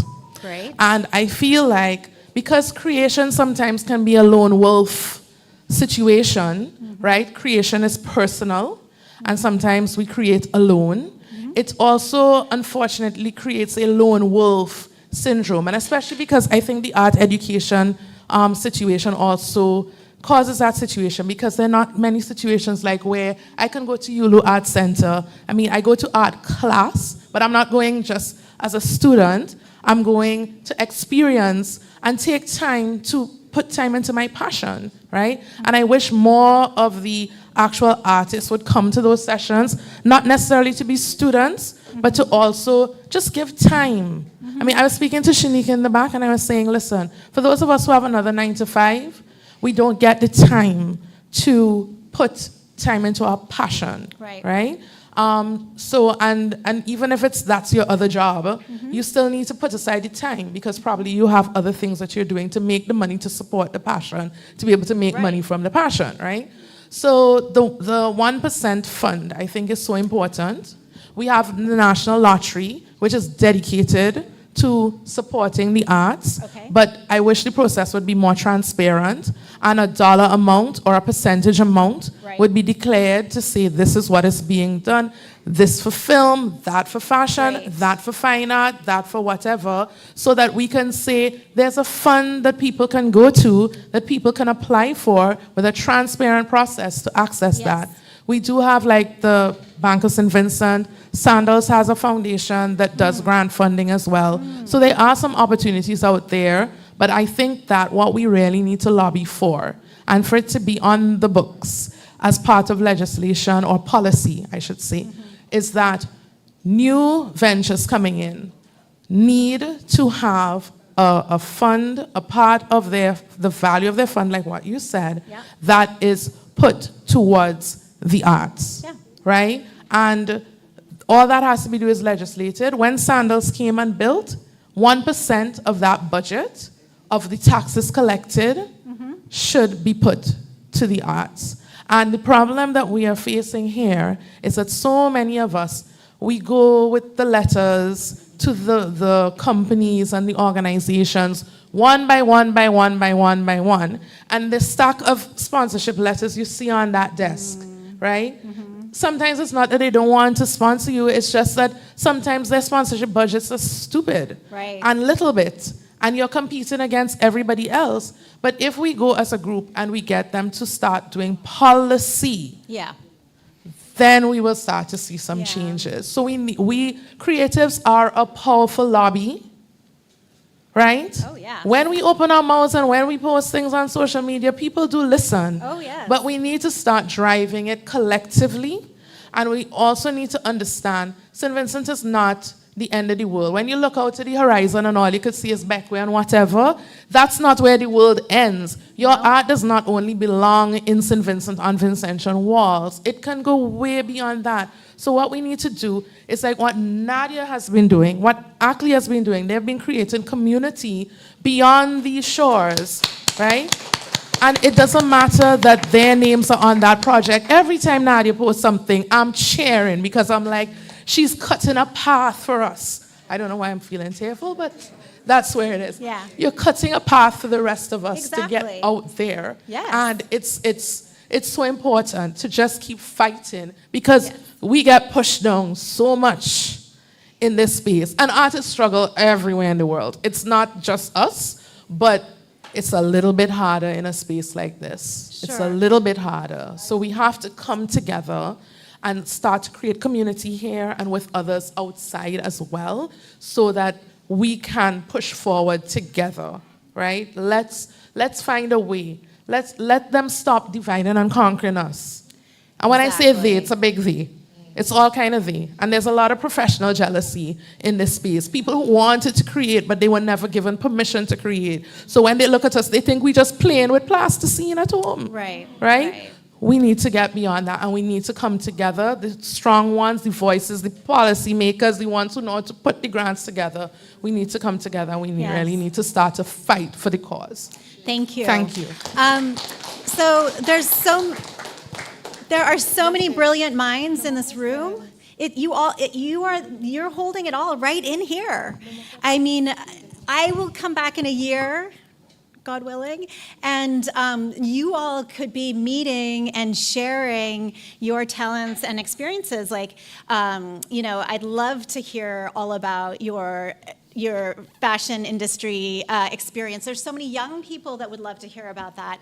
Well, and also, like, social media is huge. I'm sure I'm following some of you all on Facebook already, and I, from Los Angeles, get to see what you're up to here. And that has just only grown my excitement about all the incredible potential you have on this island. So collective, uniting together, there's room for everybody to be successful.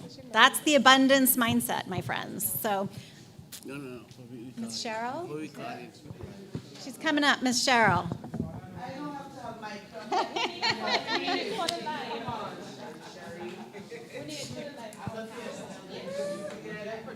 The mic. Okay, greetings, Cheryl Johnson. I would say I'm a community organizer. That's what I like to claim. Many things. But I just want to say something about this lady. She's my cousin-in-law. I'm not going to go over because I tell you the truth. I just knew all of those things. For the time that we've known each other for years, she never spoke about that. She just said what she did. So about all these degrees and the accolades, I did not know. So that's a good testament there. Okay. Somebody was talking about the 1%, and I think I lived a little bit in Germany, and I think in Germany that's in law. Yeah. Anyone who is building a building must put a percentage of that, the cost of that, into art. So if we want to give that teeth, there is where we have to knock at government making that policy. Okay? So that's one. I mean, I know Germany is big and developed and so on. And everyone will give according to what their budget allows. So even if it is $5,000, that's at least we know we have $5,000 towards art. Okay? Us in the Caribbean, and I dare say, let me say St. Vincent and the Grenadines, we are not so much into storybooks. You know, we buy textbooks. And in poor families, we buy only the ones that we think are important, like maths, English. Am I true in this case? Am I speaking truth? Okay. Well, I was a single mother, so I know. And because of that, many children are not exposed to a lot of things. Now, the 19th of November this year, the Beckway Reading Club will be 20 years in existence. It caters to children 3 years and older. They read, they have a discussion, and at the end of the reading and discussion, they draw something about the story. So they draw anything that calls out to them. Sometimes it's just maybe the paragraph and the heading, the design of the lettering. If that is it, if it's a boat, a dog, whatever, they draw something. And when I look at some of the art that these children draw, you could see in them, they are artists. But how are we going to really draw in on that? There's a little girl, she works now at the Fig Tree, the restaurant that I run in Beckway. And I remember her art, I used to think, she is going to be an artist. And I asked her, she's about 20 now, and I asked her, are you drawing? No. Because nobody, and exactly. The other thing I want to talk about, and it is about phone. Do you know we are totally entertained by our phones, but not educated? When children come into the restaurant, the first thing that parents do is give them a tablet. You know what? You know what my staff run to do? Carry art and paper and crayons, give them. You see the parents saying thank you, because they want a time for themselves too, to eat and not be distracted by the children. So they chuck the phone or the tablet. And I am appealing to us in here who are grandmothers and mothers. Take away the phone. Let them get creative. Let them use their brain. Because when they have that, they are just entertained.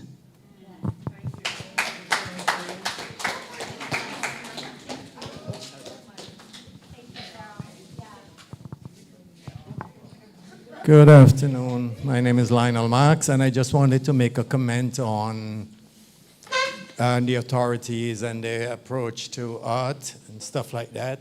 And the example I would make is the graffiti art form in New York.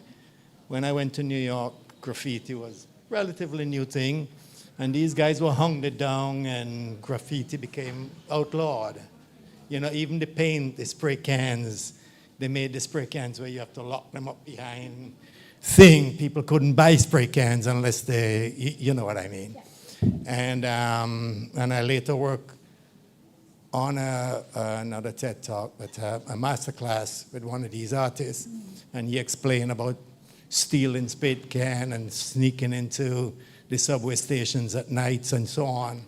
And he even had his best friend died because there was an explosion from the aerosol cans. And his friend died, he got severely burned.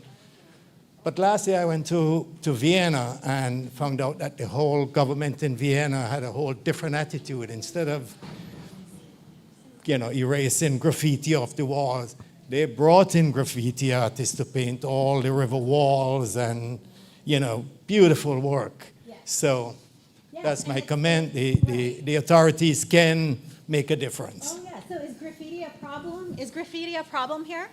Not really. I just wanted to bring out that. No. You know, usually, yes, it's an like art form. it's about the creative thinking on how to handle it, right? The creativity to handle it is really important. Absolutely. Well, I was steel band. Pan music was at one time discouraged, you know. Sure. It was only rude boys play pan. Just give me a second, please. There's someone blocking the gate, P5404. So if you're driving P5404, can you kindly remove your vehicle from the gate, please? Yes. Just to add to your comment, Hun, what I would advise the Fig Tree Restaurant to do is try to collaborate with the UWI Center. So like when you have these activities and you see creatives and you think, hey, that's an artist, connect them to us so that we could encourage the parents for them to enroll them into the children's Saturday art classes or the adult art classes or the art shows and events that we might have coming up every year. Yeah. Right.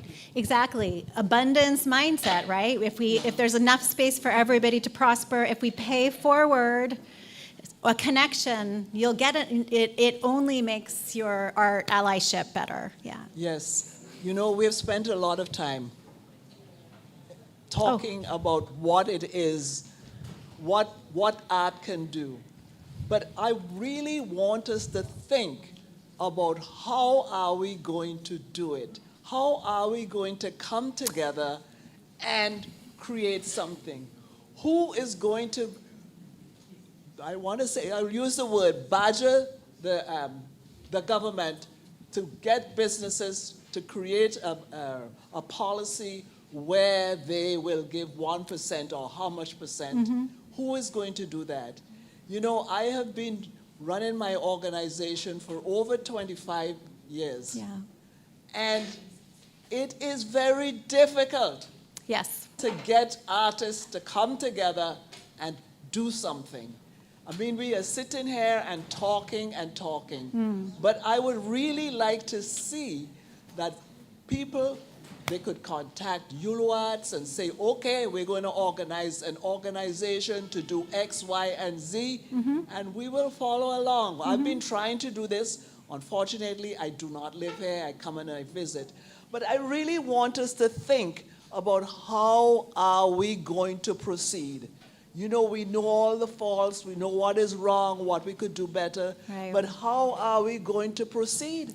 We need to come together. I don't care who organizes it. UWI will join. But we need to think about that. We could spend hours, as they say. Yeah. The art is long, but life is short. Right, So right. let us think about that. Yeah, I mean, I think there's so many brilliant minds in here. Just having a community come together and sharing each other's talents, and you will formulate something. So. Is there an association? Right. Yeah. Is there an art association? Well, ULU.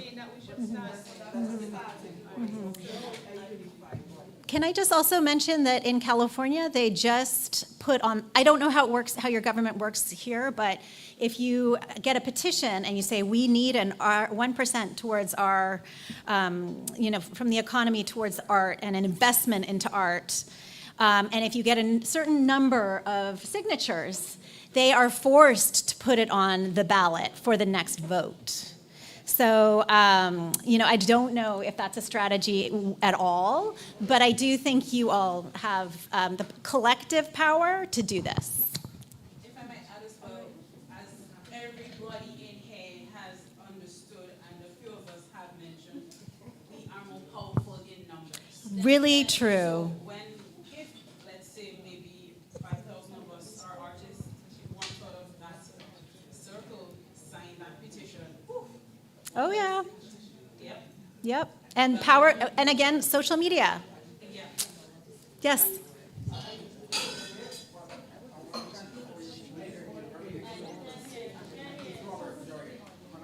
Hi, Robert. We can't hear you. 1 second.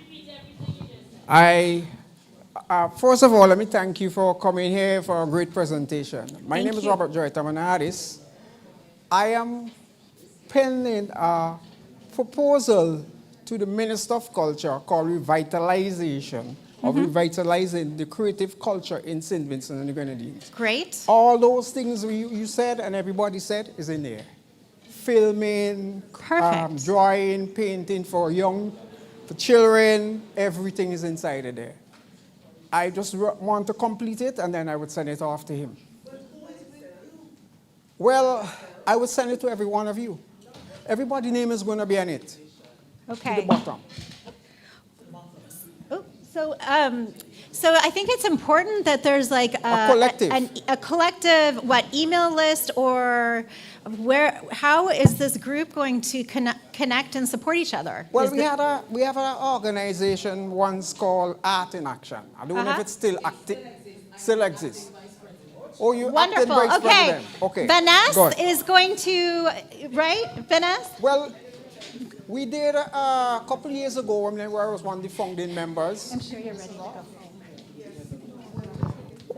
I am actually one of the founding members of Art in Action. Okay. And I was the former president of the Art in Action. But after a while, things went a little bit different. Yeah, sure. But here what happened is that Art in Action had a proposal to the government. Great. Okay. Yes. For a National Art Gallery. That Let's building do it. is now. Let's do it. Oh, That building is now. What happened to that building?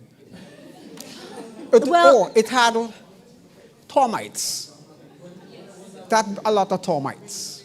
So inside of the same proposal I am doing now, is for National Art Gallery. Fantastic. I'm going to give you my card. I would love to, if you need somebody like a proofreader, I would happily read for you, because that's what the grant writers do. They all read each other's proposals, and to make it stronger. So please send it to me. Yes. Okay. Thanks. Wow. Let me just say a special thank you to Professor Ragguette.